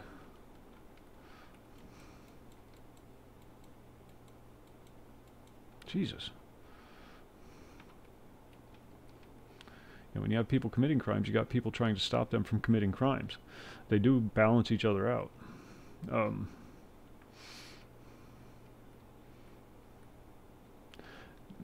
It's easy to make excuses for people. It really is. It makes you feel better about yourself. And this isn't a dig, so don't take it that way. But it makes you feel better about yourself. It's a dopamine thing. I've helped these people. Now I feel like a good person. And that's fine if you're the one that's helping them. If you're taking money out of your pocket from your hard-earned labor and handing it to this individual willingly, no coercion, no force, that's a great thing. That should be done a lot. It should be done a lot more. Unfortunately, that's not the system we live in. We live in a system where you have to give her money. You have to. Or you're going to prison. Period. That's not a good system. Especially when the money that your productive labor is being forced to turn over, is being turned over to somebody who contributes absolutely. Not only do they not contribute to society, but they take from society. They are a drain on society. They're a net negative. That's the problem with these systems, though, is everybody wants to help the downtrodden, the lowly masses, and I am the lowly masses. I am the downtrodden. If I told you how much we live on in a year, you'd cry. But we do.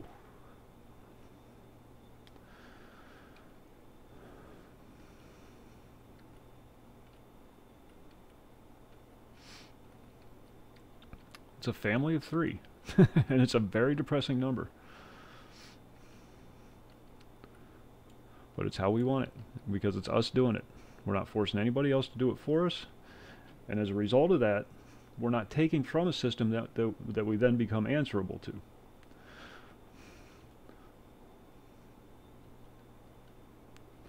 But even then, we're still forced to give up our labor to pay for people who aren't even willing to do that, aren't even willing to make that effort.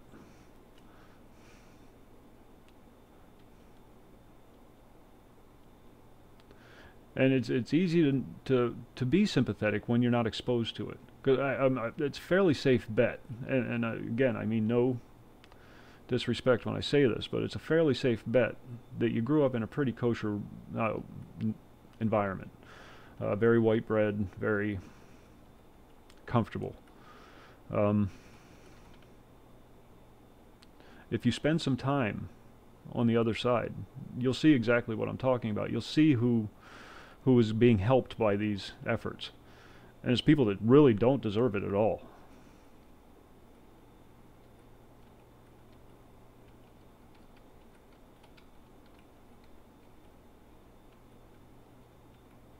Basic income? No. No. I disagree with basic income, because the basic income creates basic results. As soon as you put in a baseline, that's what everybody strives for, because that's least amount of output for most amount of input. You can't give people a free ride.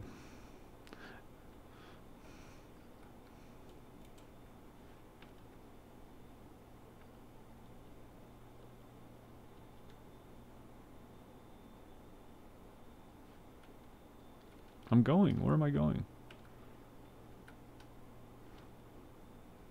Where am I going? I didn't know what I got wrapped up.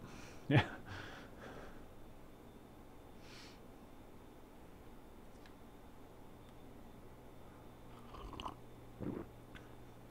Proof is in the pudding. We have a thing that you can't afford to pay for anymore. It's become unsustainable to an amazing degree. And as a result, we've signed over our freedoms to a private banking system, to to a government that doesn't answer to the people anymore. You see how these things snowball. This whole help the poor downtrodden thing started, as a government activity, probably in like the 20s, I would guess. Prior to that, people just died.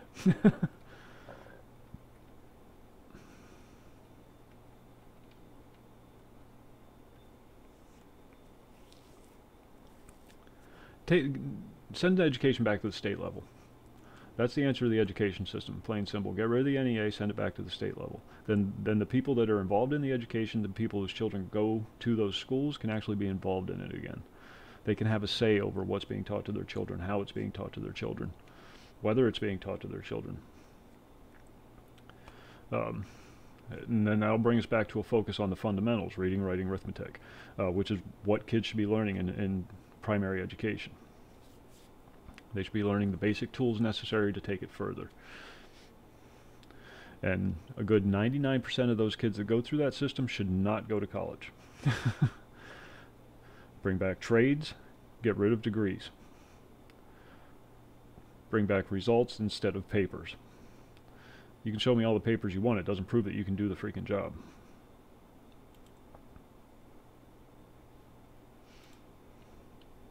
And, I can't tell you how many times in my life I've seen that happen.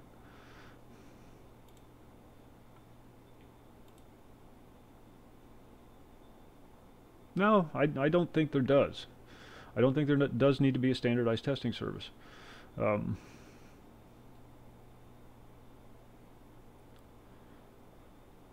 Because that's only really necessary when it goes beyond the grade school levels, primary school levels. The testing only applies to potential college entrants. Prior to that, can you read, can you write, can you do basic math? That's all you need. For 99% of the people out there, that's all they need to make it through the day. They don't need advanced calculus, they don't need trigonometry, they don't need any of that crap. Because they're never going to use it. It's pointless. They don't need to know who some obscure French author was. It has no relevance on their life. That's the information they can pursue on their own, if they so choose, or not, as most of them will.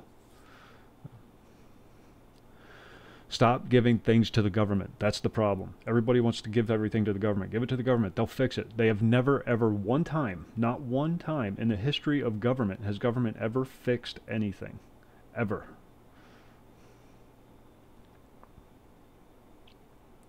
I agree. And they didn't need to until, that's a relatively recent thing. Engineers used to be apprentices. It used to be an apprenticeship.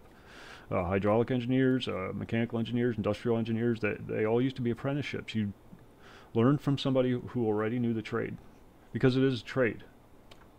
It's a trade that requires a little more mathematics.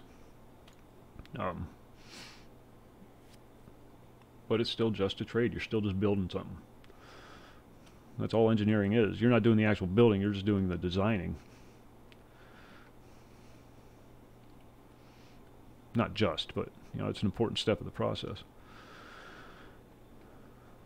But hell, engineers used to be a trade. Doctor used to be a trade. You learned from another doctor. You studied under another doctor.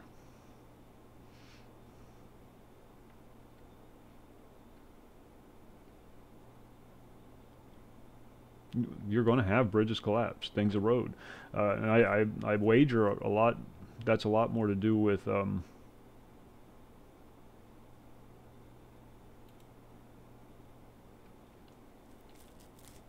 What the fuck am I going to do with 380 shit? Why are you giving me 380 shit?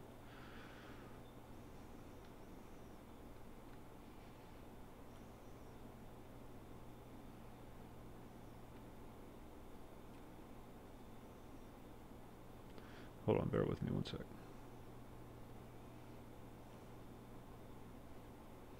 Give me your 380 shit. It's actually an upgrade.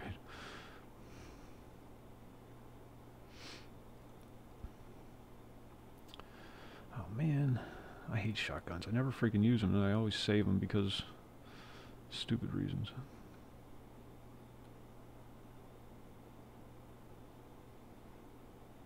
There again, shotgun.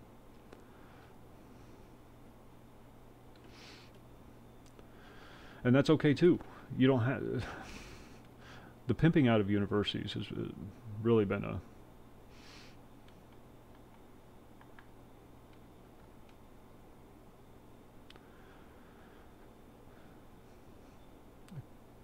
crippling element to our way of life. The unspeakable amounts of debt, the false hope. You want to talk about passion, an abuse of false passion. You complete this course and you'll become rich and famous, and everybody will love you.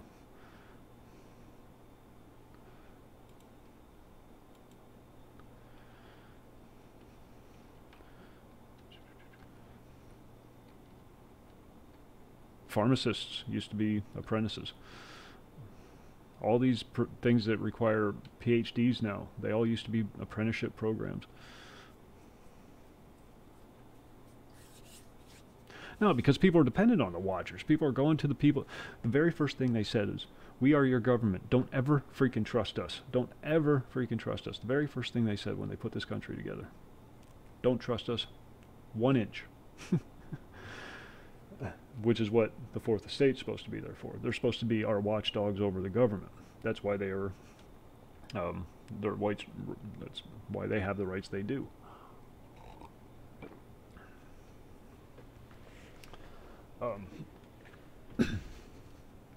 Because it's just not feasible for every single person in the United States to be sitting in D.C. during sessions, you know. So you have people appointed to watching the Watchers. Of course, they flip sides. They went to work for the government, became the propaganda arm of our government.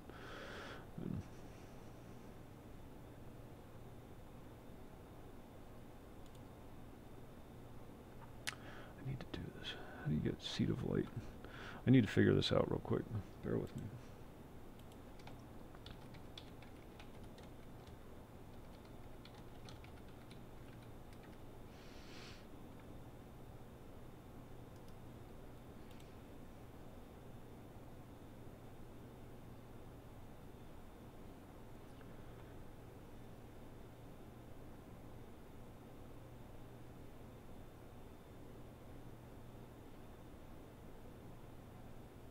But first, pass the post system. Eliminates chance for third parties to win. Oh yeah, exactly. It listens to voters long enough to get votes, to make the speeches, to put on the commercials, to do all that stuff.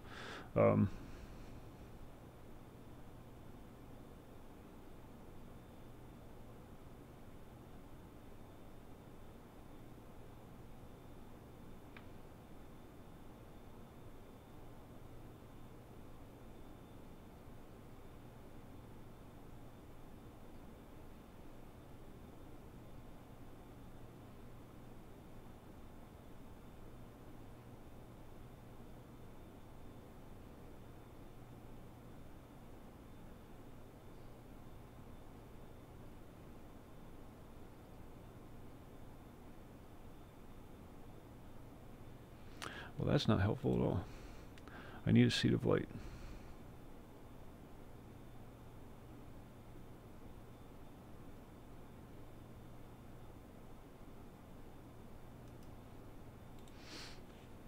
Government doesn't listen to once we went to the two-party system, that was over. Because you're not voting for different candidates; you're just voting for different faces. It should be you should be conscripted into office. That's an argument that I've made time and time again. Political office shouldn't be voluntary. It should be conscripted. You choose from a pool of viable candidates, you know, business owners, property owners, that kind of thing. People that have a vested interest in the country, in the health and well-being of the country.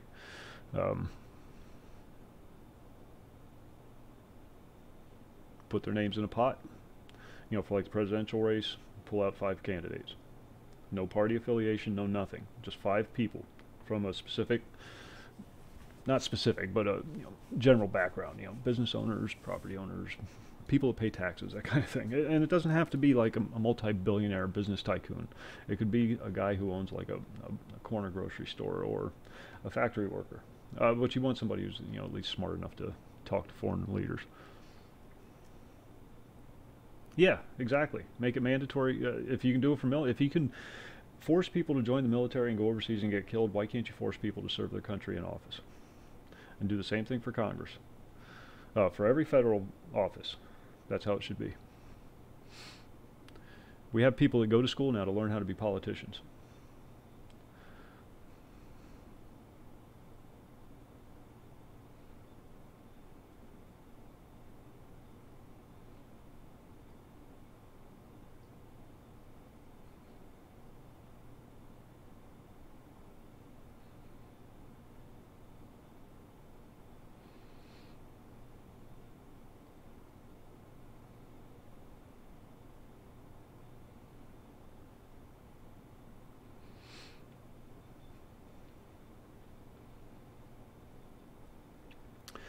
Our system right now is good because it does, you have 3 distinct branches, each with oversight on the other. President has veto power, but if the bill proves to be popular enough, Congress can always override the veto. If the bill that they pass and it becomes law isn't a constitutional law, then we have a system in place to deal with that. We have systems in place. There are checks and balances. And then to make sure it's all on the up and up, we have the fourth estate to make sure to oversee everything. To keep tabs on everybody that's involved in the process. So it's not a bad system. I would change the power that some states have. You know, like California, for example, would have to be broken up a little bit. Not the state necessarily, but they'd have to lose some of their electoral votes. They just have way too many. It's ridiculous. Pennsylvania, I think, has way too many for what we contribute. Yeah.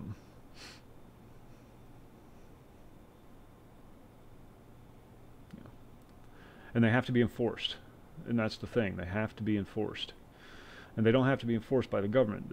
There should be an enforcement branch to deal specifically with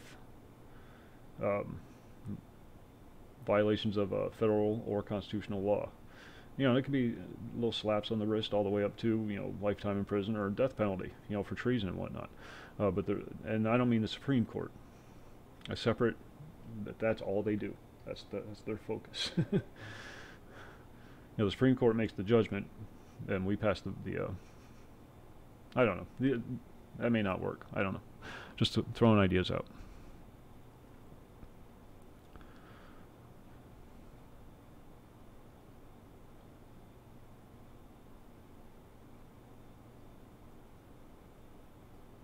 Oh shit, I can't even do one of those. Oh, screw that.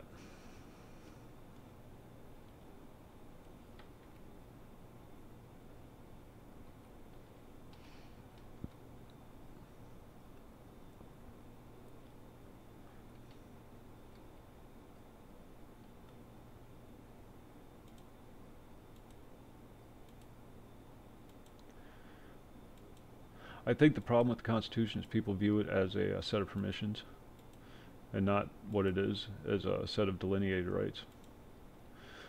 It could be improved upon, absolutely. Could very much be improved upon. 566, 558. Upgrade. These two can go in the I save all the bows I find, because they're not that common.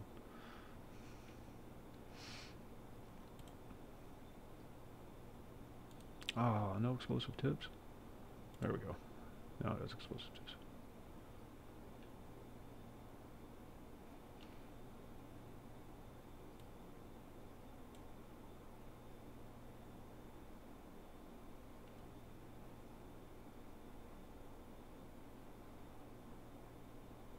Kenshiro, what's going on?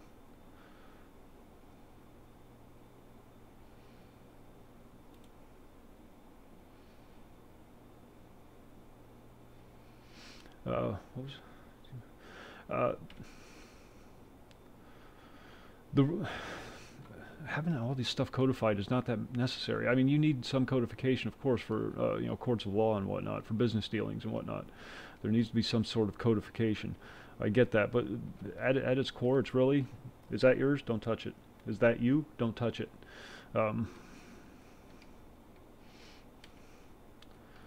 Work out an agreement between the two of you if you want it. You know, he has a thing, you want a thing, work out an agreement between the two of you without taking it. It's not a complicated thing.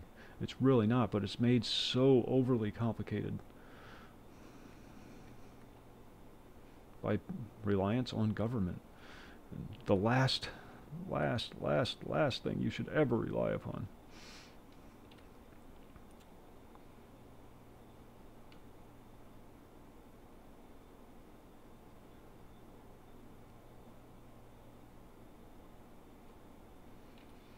I guess we're going to IO.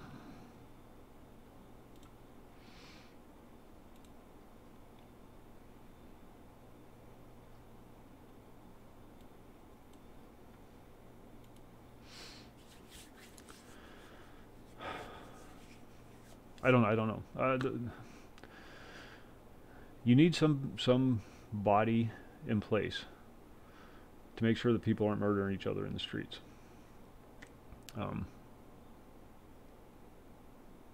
But at the same time, that body can't interfere in the day-to-day functioning of life through regulation and through interference.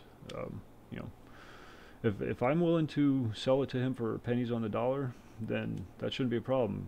It's going to self-correct. I'm not going to make, my venture's not going to be profitable, so it will balance out, and then they can start buying from the other people. It's going to be a little hit to the other people, but I'm willing to take that long-term hit. Are they willing to take that short-term hit? I don't know. I mean, I do know, but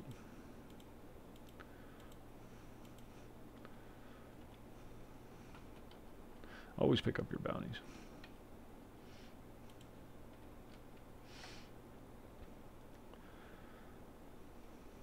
But the whole process is so very, very simple.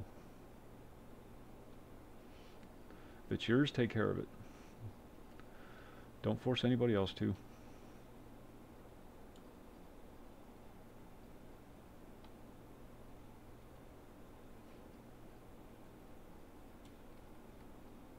That goes for everything from children to drug addiction.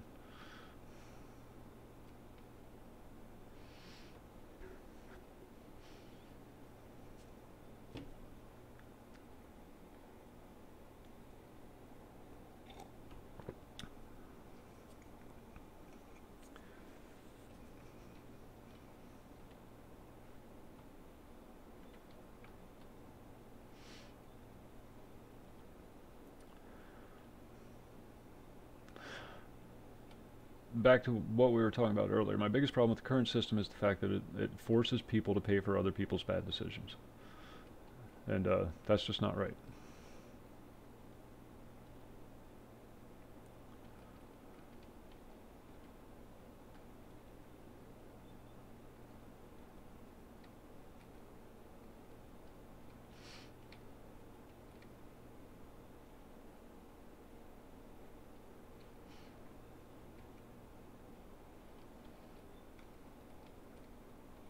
Here come the bad guys. They like to spawn when you're trapped inside one of these circles.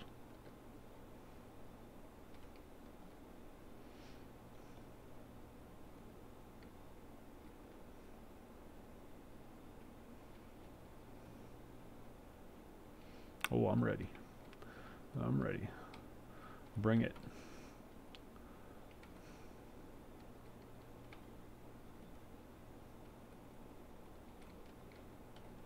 Or not. Oh, I was all looking forward to it too.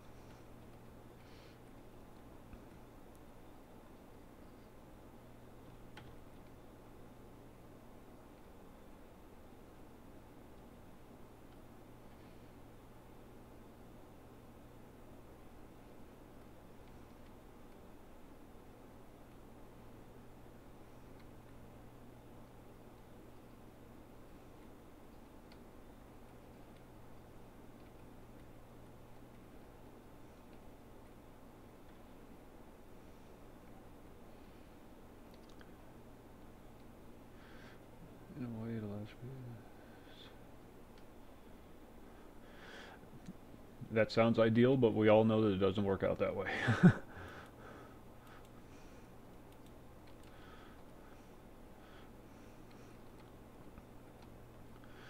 You go to work with my girlfriend just one day and you'll find 15 examples of that. An hour of people who just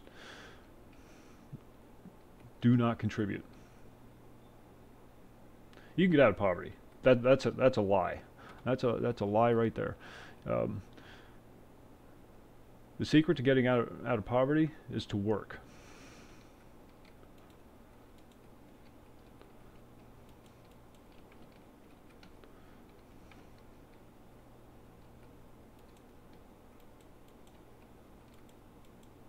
Come on, Jesus Christ, you're standing right in front of me. Making sacrifices, doing jobs you may not like to do. I mean, if you want it bad enough.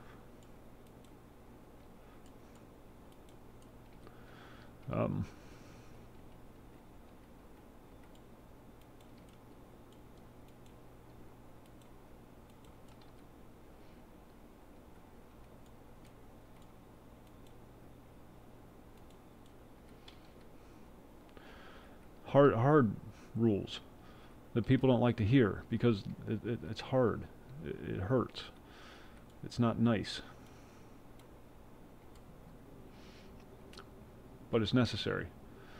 I mean, it's just life. It's the way of the world works, the way life works. Not the world, but life.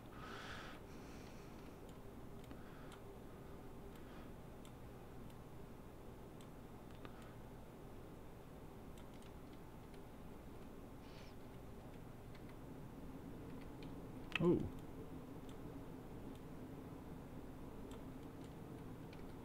Just waiting for that.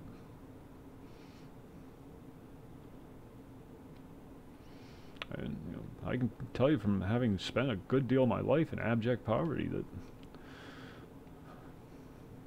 it's really not as bad as they make it out to be. At least here in the United States, of course.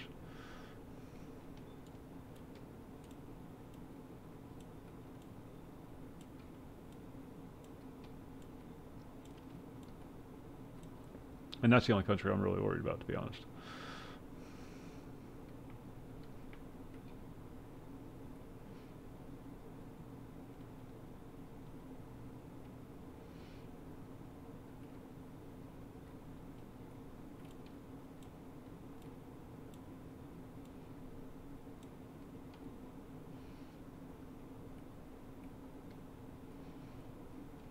You quickly realize how little you really need to make to get by.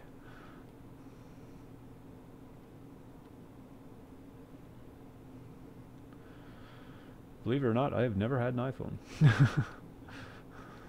or a Samsung Galaxy.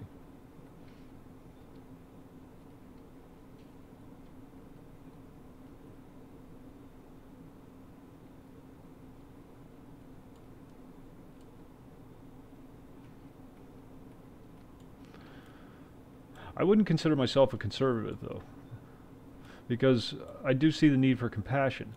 I just don't see the need for forced compassion. You see, I don't have a problem helping people. No problem at all. I do it all the time. Kind of known for it.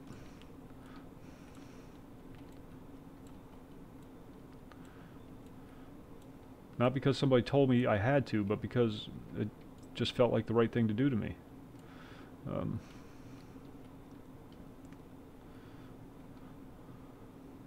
Now, when you're dealing with conservative versus liberal, you're dealing with absolutes.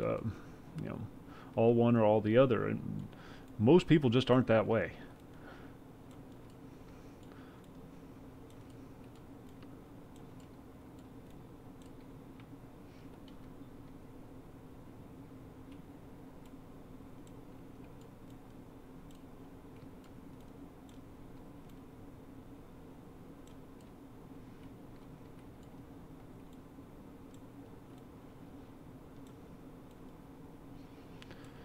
I would argue that it's a difference between rational and emotional, rather than conservative and liberal.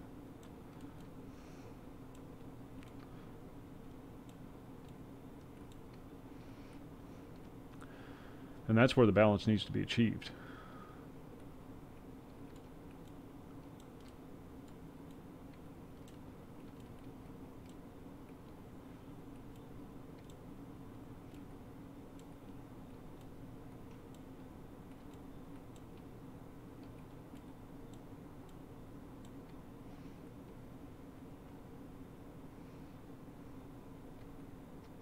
Well, yeah, that goes. It's okay.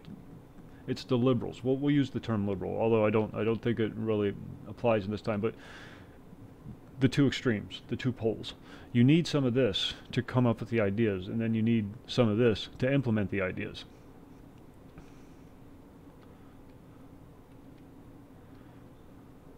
Um,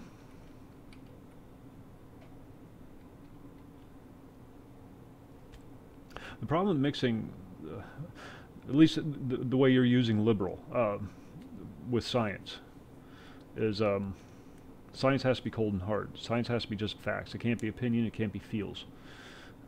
And once you start mixing feels into it, then you end up with Bill Nye.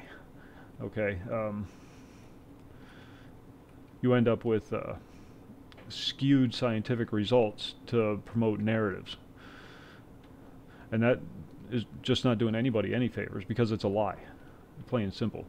You're taking a truth thing, something that we've established as a truth, and you're making us backpedal on that because it hurts your feelings.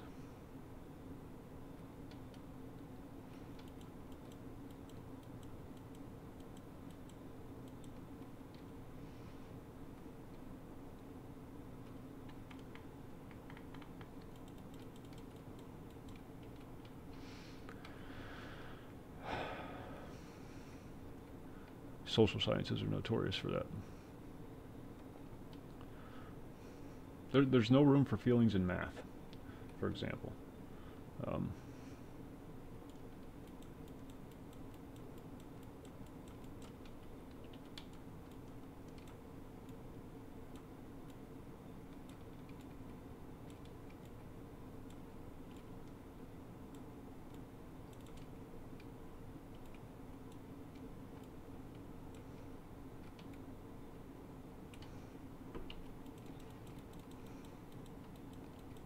Shit, I'm gonna die.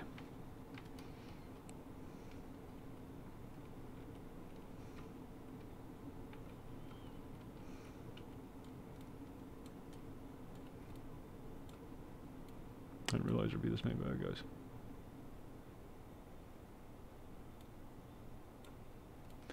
Well, here's a prime example of what happens when the fields start taking over the science.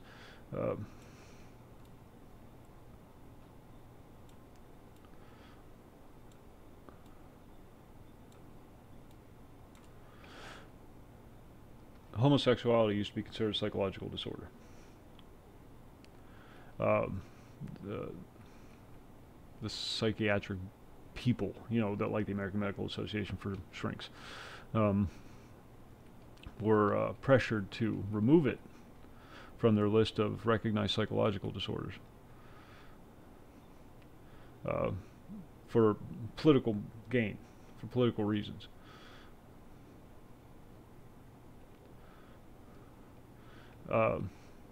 So they took feel and changed science into something that really, you know, and again, I don't care if you're gay. I don't freaking care.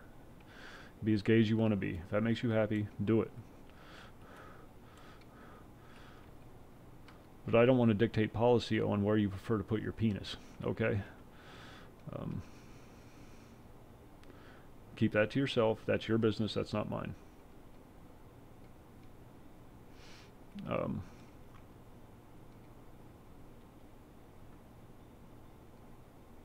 I don't go around telling everybody where I put mine.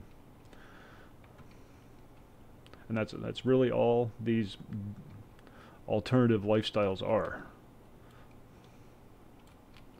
It's just sexual preferences. They're not even lifestyles. They're just, this is what I prefer to have sex with. It's like what I prefer to have for dinner.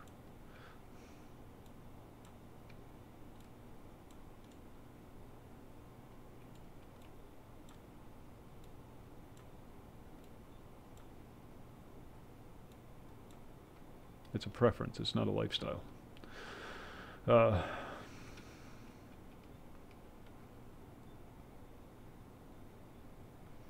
Again, it doesn't mean that doesn't imply that I have a problem with people who choose to put their penises in other men's butts. I don't care. Honestly, I just don't freaking care.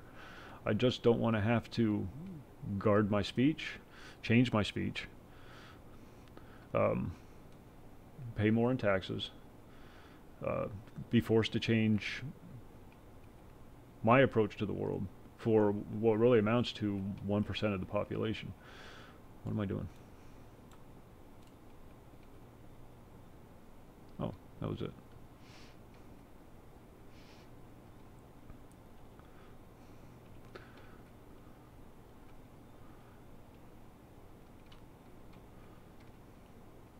To be honest, nobody really cared. I mean, you always had the few, the herp de derp, you know. Oh, look at that faggot, that kind of stuff. You know, you always had those guys, and you're always going to have those guys. You can't change that. But for the most part, people just didn't care. There were entertainers all throughout history that everybody knew was gay. It was no big secret. Nobody cared. Yeah, he is, but he always takes a very rational approach to things. And a lot of what Peterson says is, all right, he has to watch his ass. He can lose everything if he's not careful. So there's certain things that he can't say, certain lines that he cannot cross for professional reasons and personal reasons. You know, he'll lose his job, he'll lose his income, that'll be a detriment to his family. His family will suffer as a result of it. Yada yada yada. Being Canadian makes it 10 times as bad.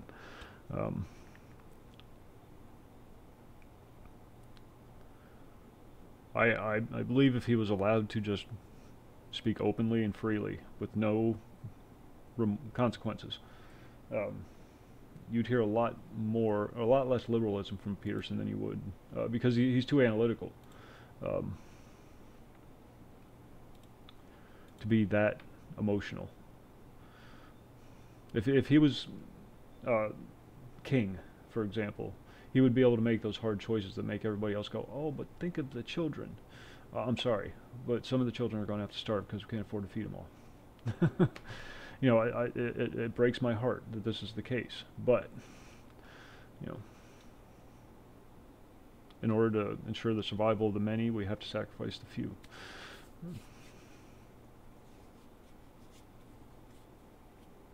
I have nothing against him. For what he says, I tend to agree with most things he talks about.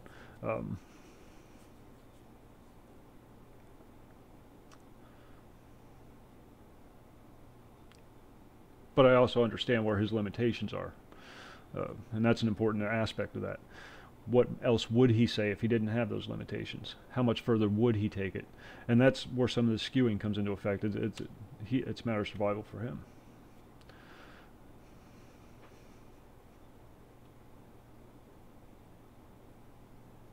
Oh, well, there's no reason why you can't have an emotional conservative. There's no reason why you can't have a passionate conservative. There's a lot of passionate patriots out there. Some of the most passionate are the ones that are willing to fight for it. You know, the Proud Boys. They're willing to get out on the street and mix it up with at these protests. It's a hell of a lot more than I'm willing to do.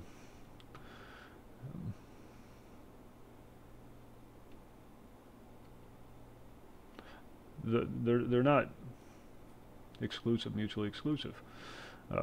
You can have I guess you can have a cold, heartless liberal. I'm just using it in the terms that you're using it. You're equating liberal with emotional, with passionate, and conservative with cold heart. And I think that's a great injustice to a lot of conservatives. Because there's a lot of people who think a certain way, but they're still warm, compassionate people. Very charitable people. Most your more charitable people are conservatives. Liberals don't give to charity. They create charities. They don't give to them.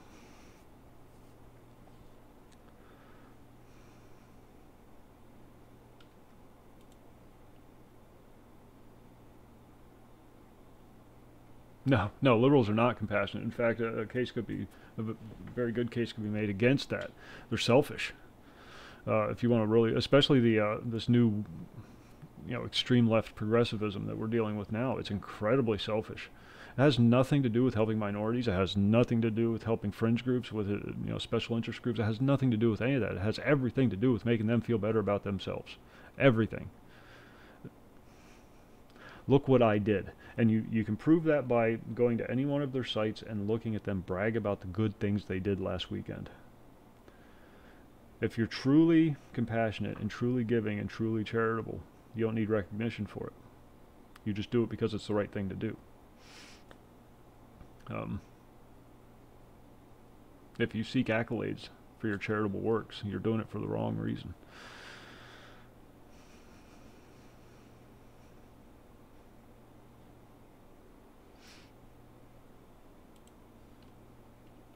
We gotta go to freaking Mercury. I started doing this quest, now I want to finish it.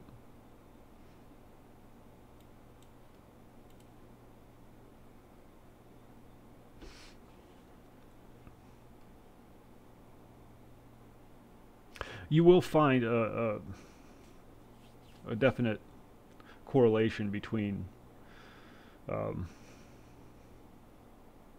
compassion, selfishness with political spectrum. It's not a universal thing, it's not an absolute thing. You're going to have statistical outliers on both sides of the fence. But you will find that typically the further left one goes, the more selfish one tends to be. The further right one goes, the more charitable, truly charitable, one tends to be.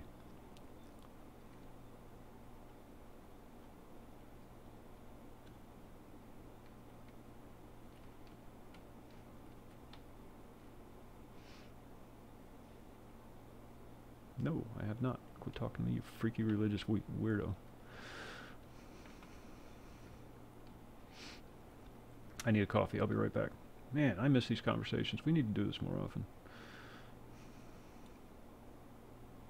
I haven't done a goddamn thing in the last half hour. I will be right back, though. I'm going to grab coffee.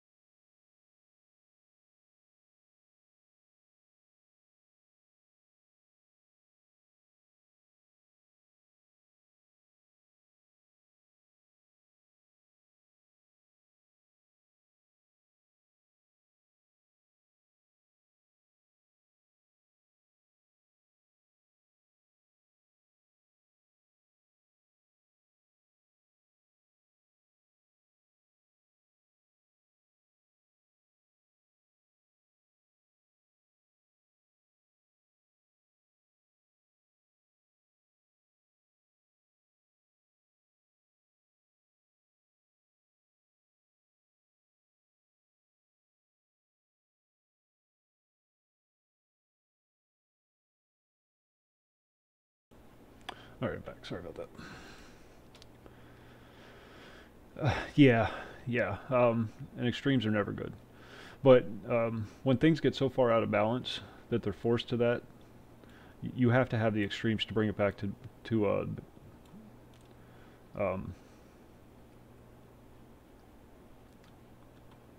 the hell's the thing? Oh, it's right there. Derp. You have to bring it back to balance. When you have an extreme push on one side, you have to have an extreme pushback on the other side. the the two fringes will slowly whittle away at each other, and then you'll be left with your central ground again, which is where everything works best. A little bit of this, a little bit of that, right down the middle.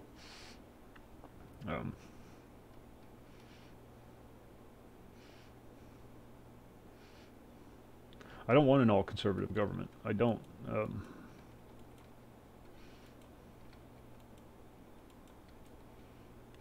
would be disastrous. It'd be efficient. It'd be damn efficient.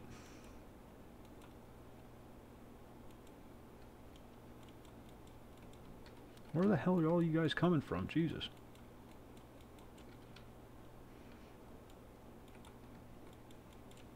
Alright, it's time to switch guns.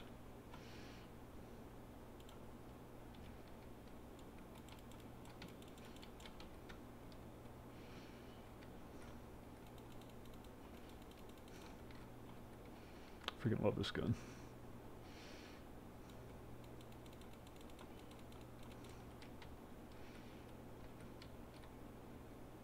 Is that it? Is there anybody else?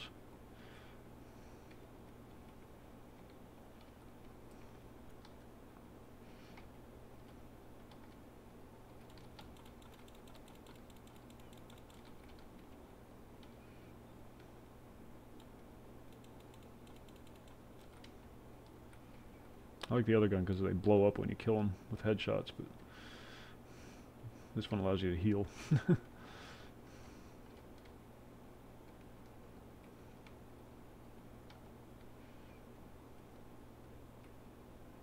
another turret over here that I want to take care of, just because I hate those turrets.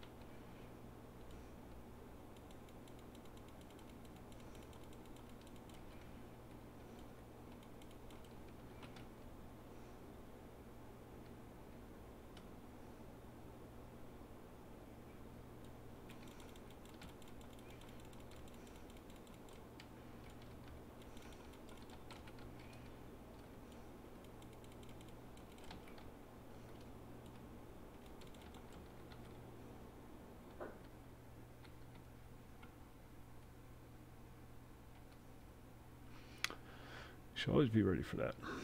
We're not.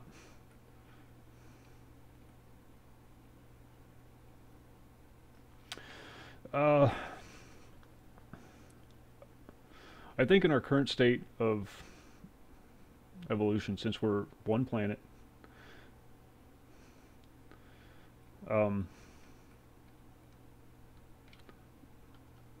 globalism is going to be a complete disaster. It's going to end up with all the power in one hand. Now, if, you know, whatever, some crazy reason we end up interacting with different planets, then it's going to have to become our planet versus their planet kind of thing. And I don't want to say versus, but versus.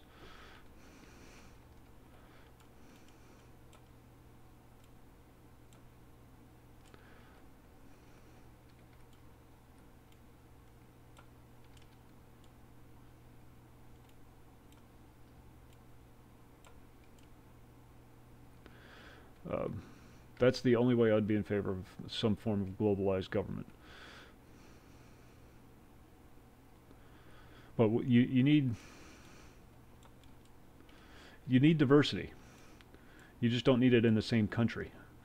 And the glory of diversity, the joy of diversity, is going to France and having French food, going to Spain and experiencing Spanish culture, going to England and experiencing everything drowned in gravy.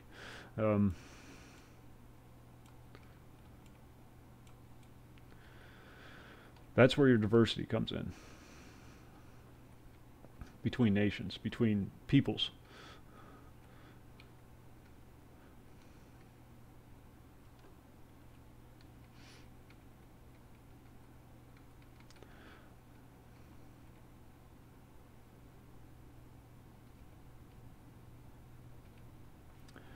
Technology just makes that easier. It makes it easier for Germany to sell goods to Norway.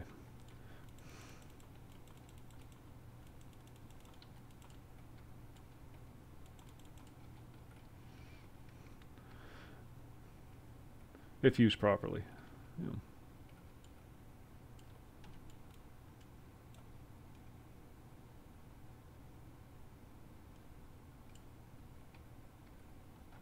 If not abused, I should say.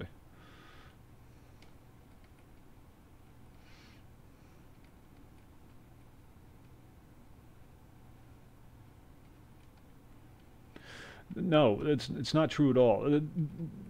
What leads to government monopoly, or what leads to monopolies, is government intervention. It's not free market. The railway monopolies were a direct result of government intervention. The telephone monopolies, direct result of government intervention. Now, that's not to say that a monopoly can't occur in a free market system. It's just much less likely. It's not a be-all and end-all. It doesn't solve all your life's problems. You still have to be vigilant. You still have to be... and that it requires work. This is the one part about running a society, a culture, a nation, whatever grouping you want to call it, that everybody seems to forget, is it requires effort. It requires input.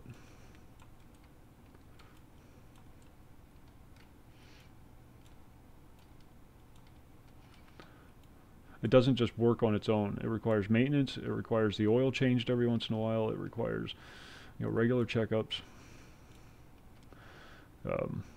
Sometimes you have to knock it down. Sometimes you have to take a heavy-handed temporary approach. These approaches should be temporary. They shouldn't be set in stone. As is the case with when a monopoly does form. Steps have to be taken to break it up.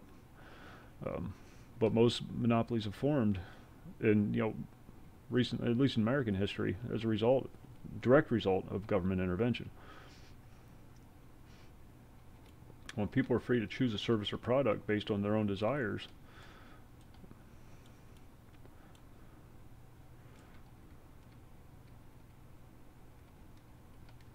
where the hell?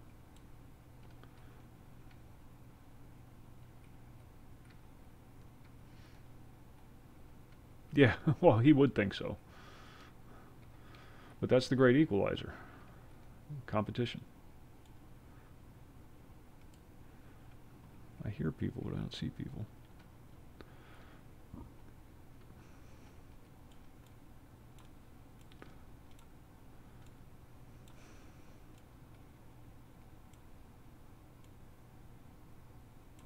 Shit.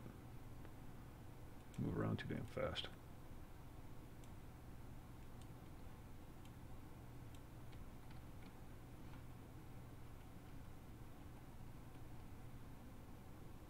Yeah, because of government intervention. They've made it more beneficial to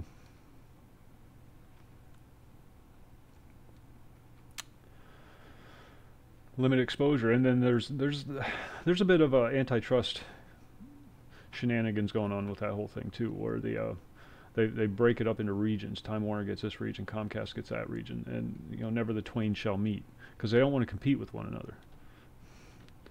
Now, I don't know how long that friendly little agreement's going to last, greed being what it is. But, a lot of that's just government regulation. Believe me, I wish I had a choice other than Comcast.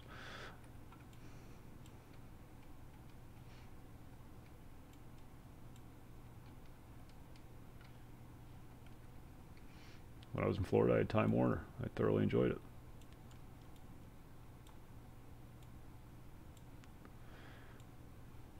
It wasn't any cheaper. They just have better customer service.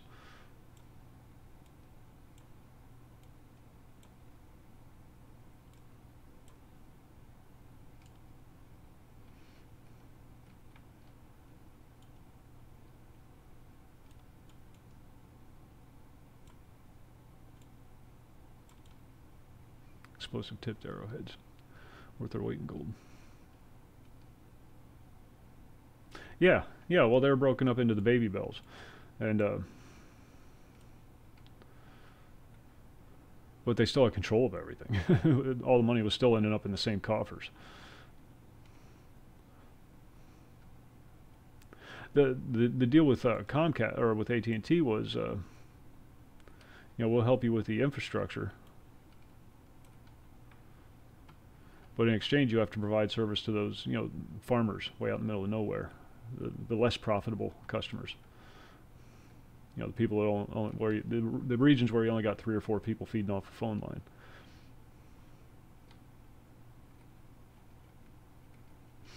line. Cable hasn't gotten to that point yet, but in exchange for that, they were giving exclusivity.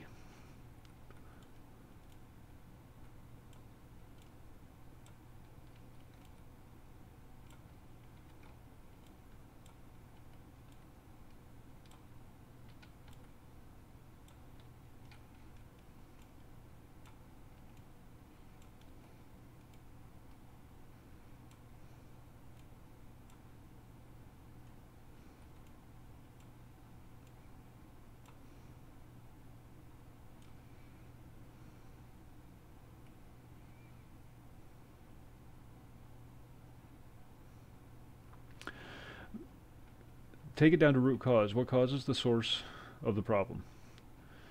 Is it the fact that one company has too much power, or that other companies are being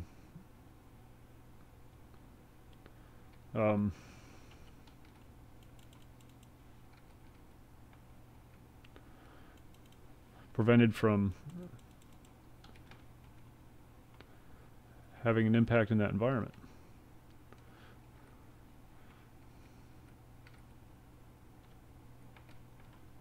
Where are you at, you bastard?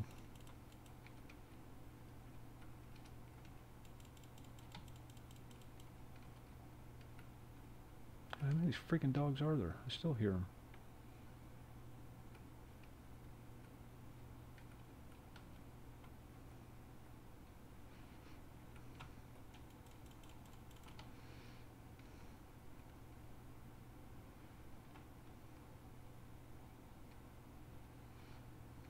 Just don't like to leave anything behind me. I would argue if you actually start doing some digging into the subject, you'd find that the overwhelming majority of them have come around as a direct result of government influence. Whether it's lobbying or special contractual deals like with the phone companies or the train industry or whatever.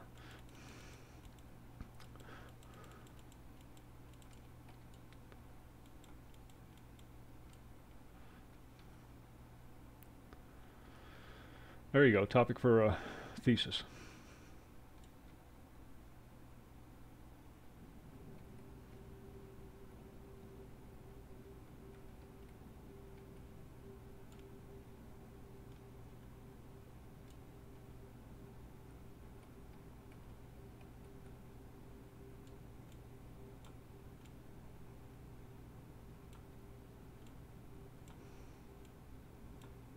Damn it. Hate it when they move.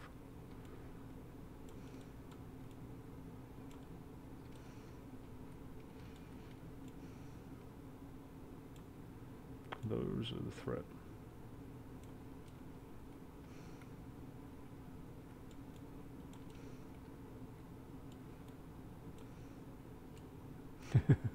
Derp.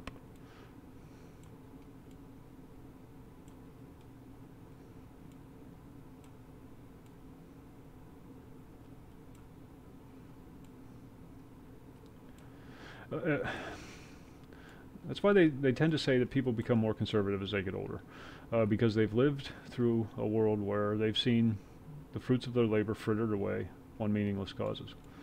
And you can't help but get jaded when that occurs.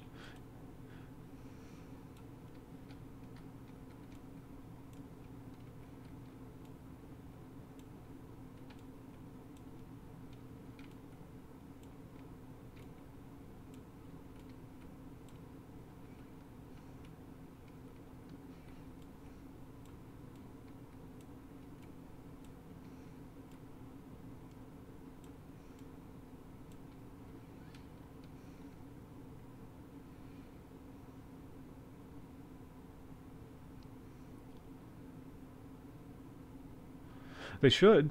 Absolutely they should. That's the role that they were hired to perform. Um, you can't blame them, though. You can't blame them for doing what only comes natural to human beings. Um, we are the ultimate check in our system of checks and balances. It is our job to keep an eye on what our government is doing, and when they're not doing it the way they're supposed to be doing it or to our satisfaction, we're supposed to take corrective action. We're not doing that. We're just letting them run roughshod over rights, finances, freedoms.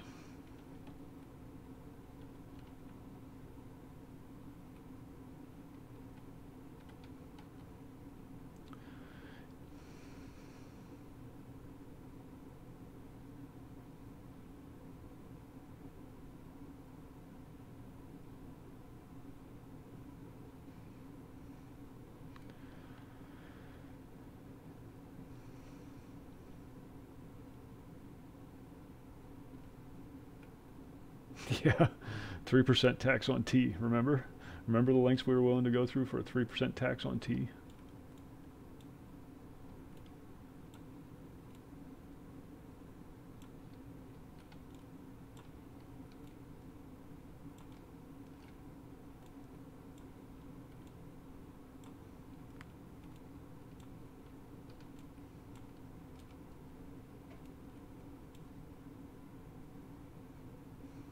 So, bitch, I can do that too. How do you like it?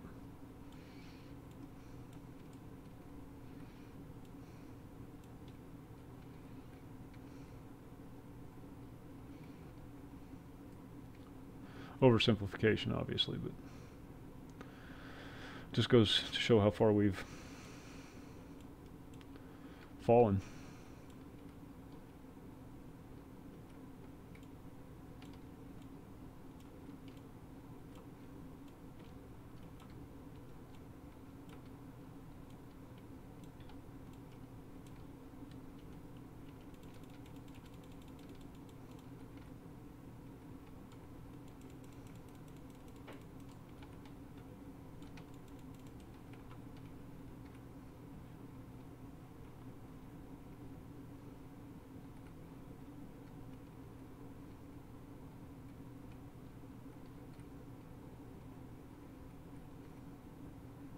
Yeah.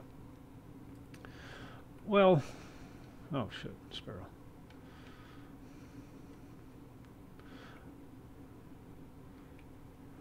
There were a lot of factors.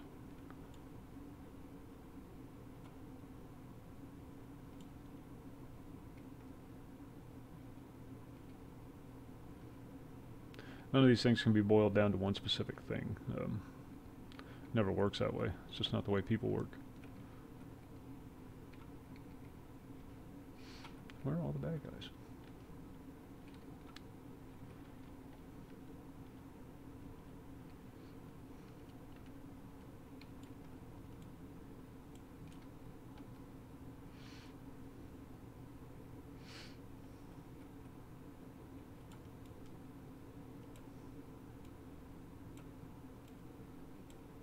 Son of a bitch.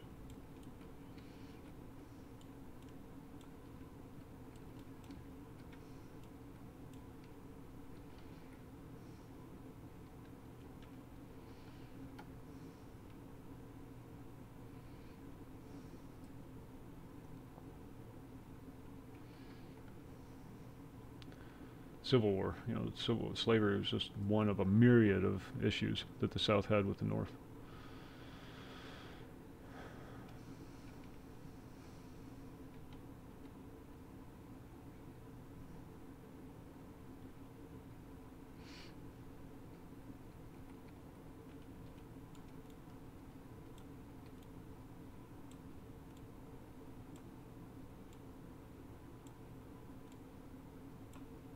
Damn it. Trying to hit it. Trying to hit the energy packs on his back. Oh, he's not even... I thought he was incendiary. He was a Colossus. Never mind.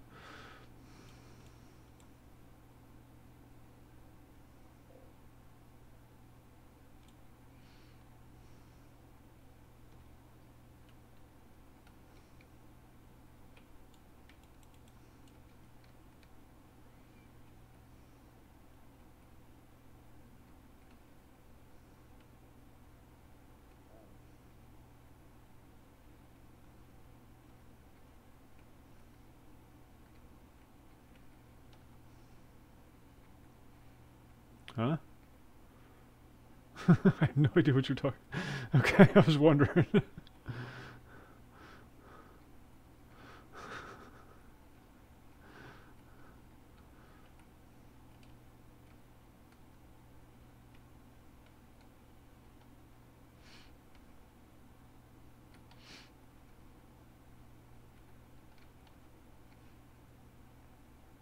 It's been a while since I've done this mission. I forget where to go.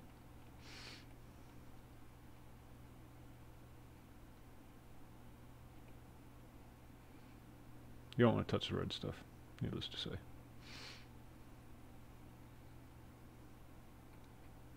That would have been much more entertaining with bad guys shooting at you.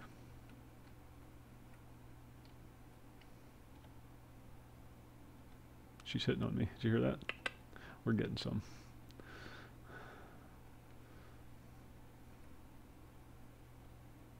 Alright, Thompson, thanks for hanging out. Thanks for the chat. They're always my favorite.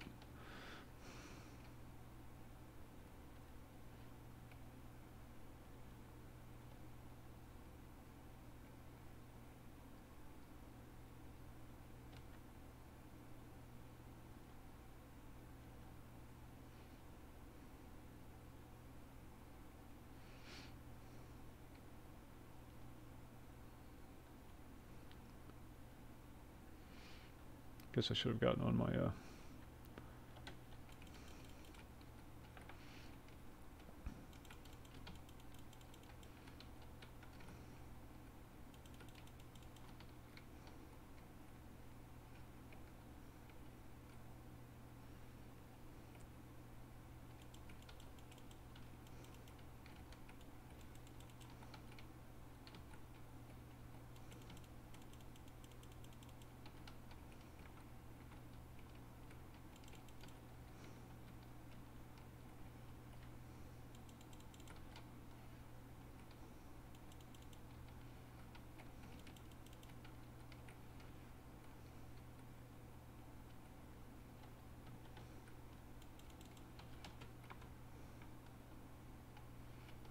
thought I forgot about him.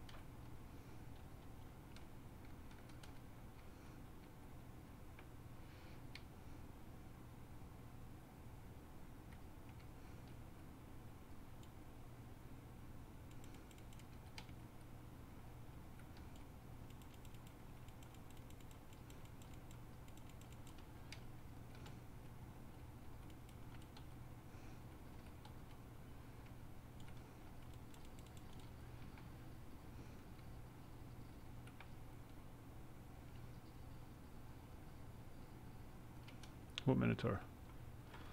Whoa.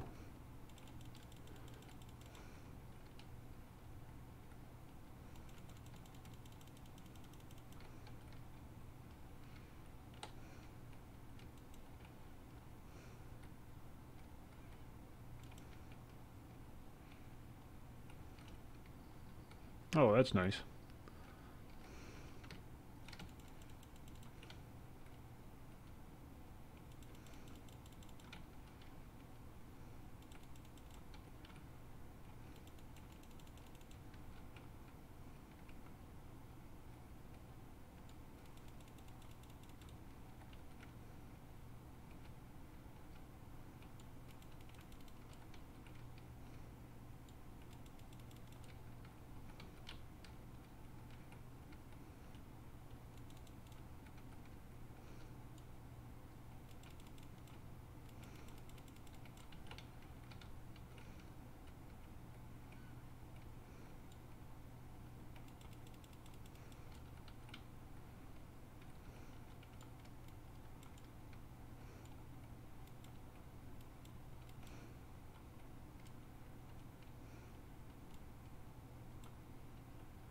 Where'd the other guy go? I didn't kill him yet.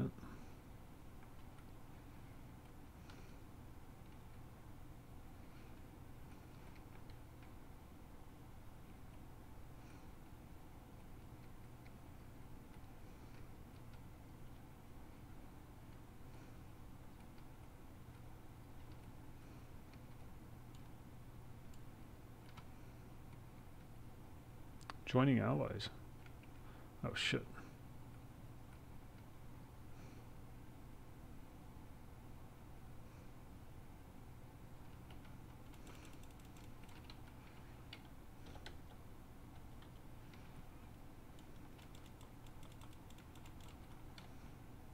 Try to stay away from that big guy.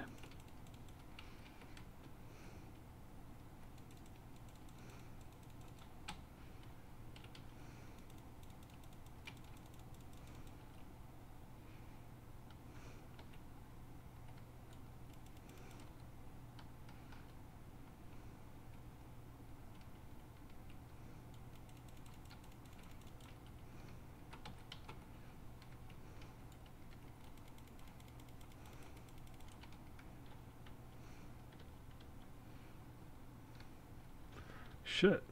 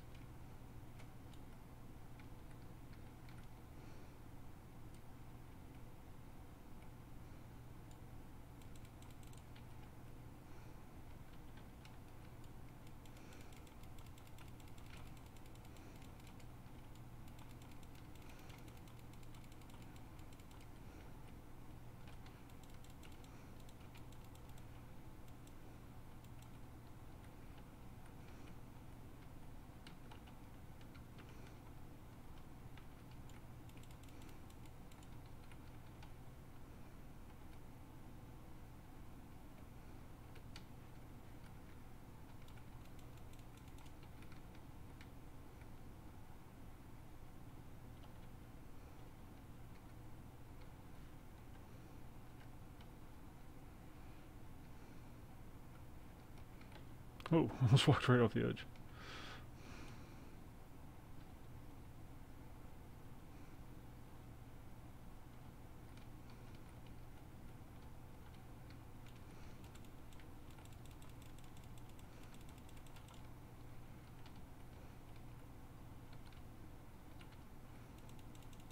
Shit, I forgot what super I had when I...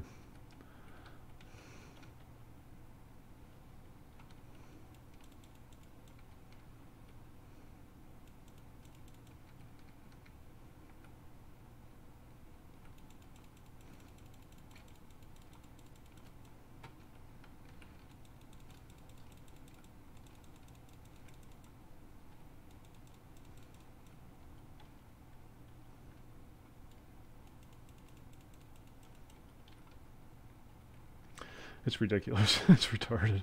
As long as you get carpal tunnel from it. It does have full auto. But as you can see, it rises up. It's the reload. You gotta do the reload all the time. To get that invisibility thing, that's your healing period.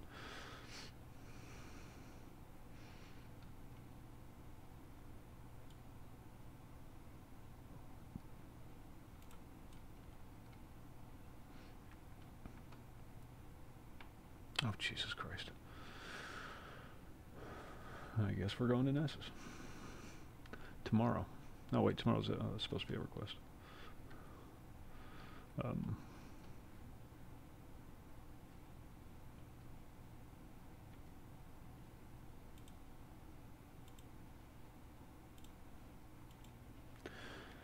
I am going to wrap things up. 3 o'clock plus. Thank you all for hanging out. Thanks for the great discussion. Always enjoy those nights. And I will be back on tomorrow night. Possibly a request. We'll see. It depends on who's on. So until then, have a good evening and be safe.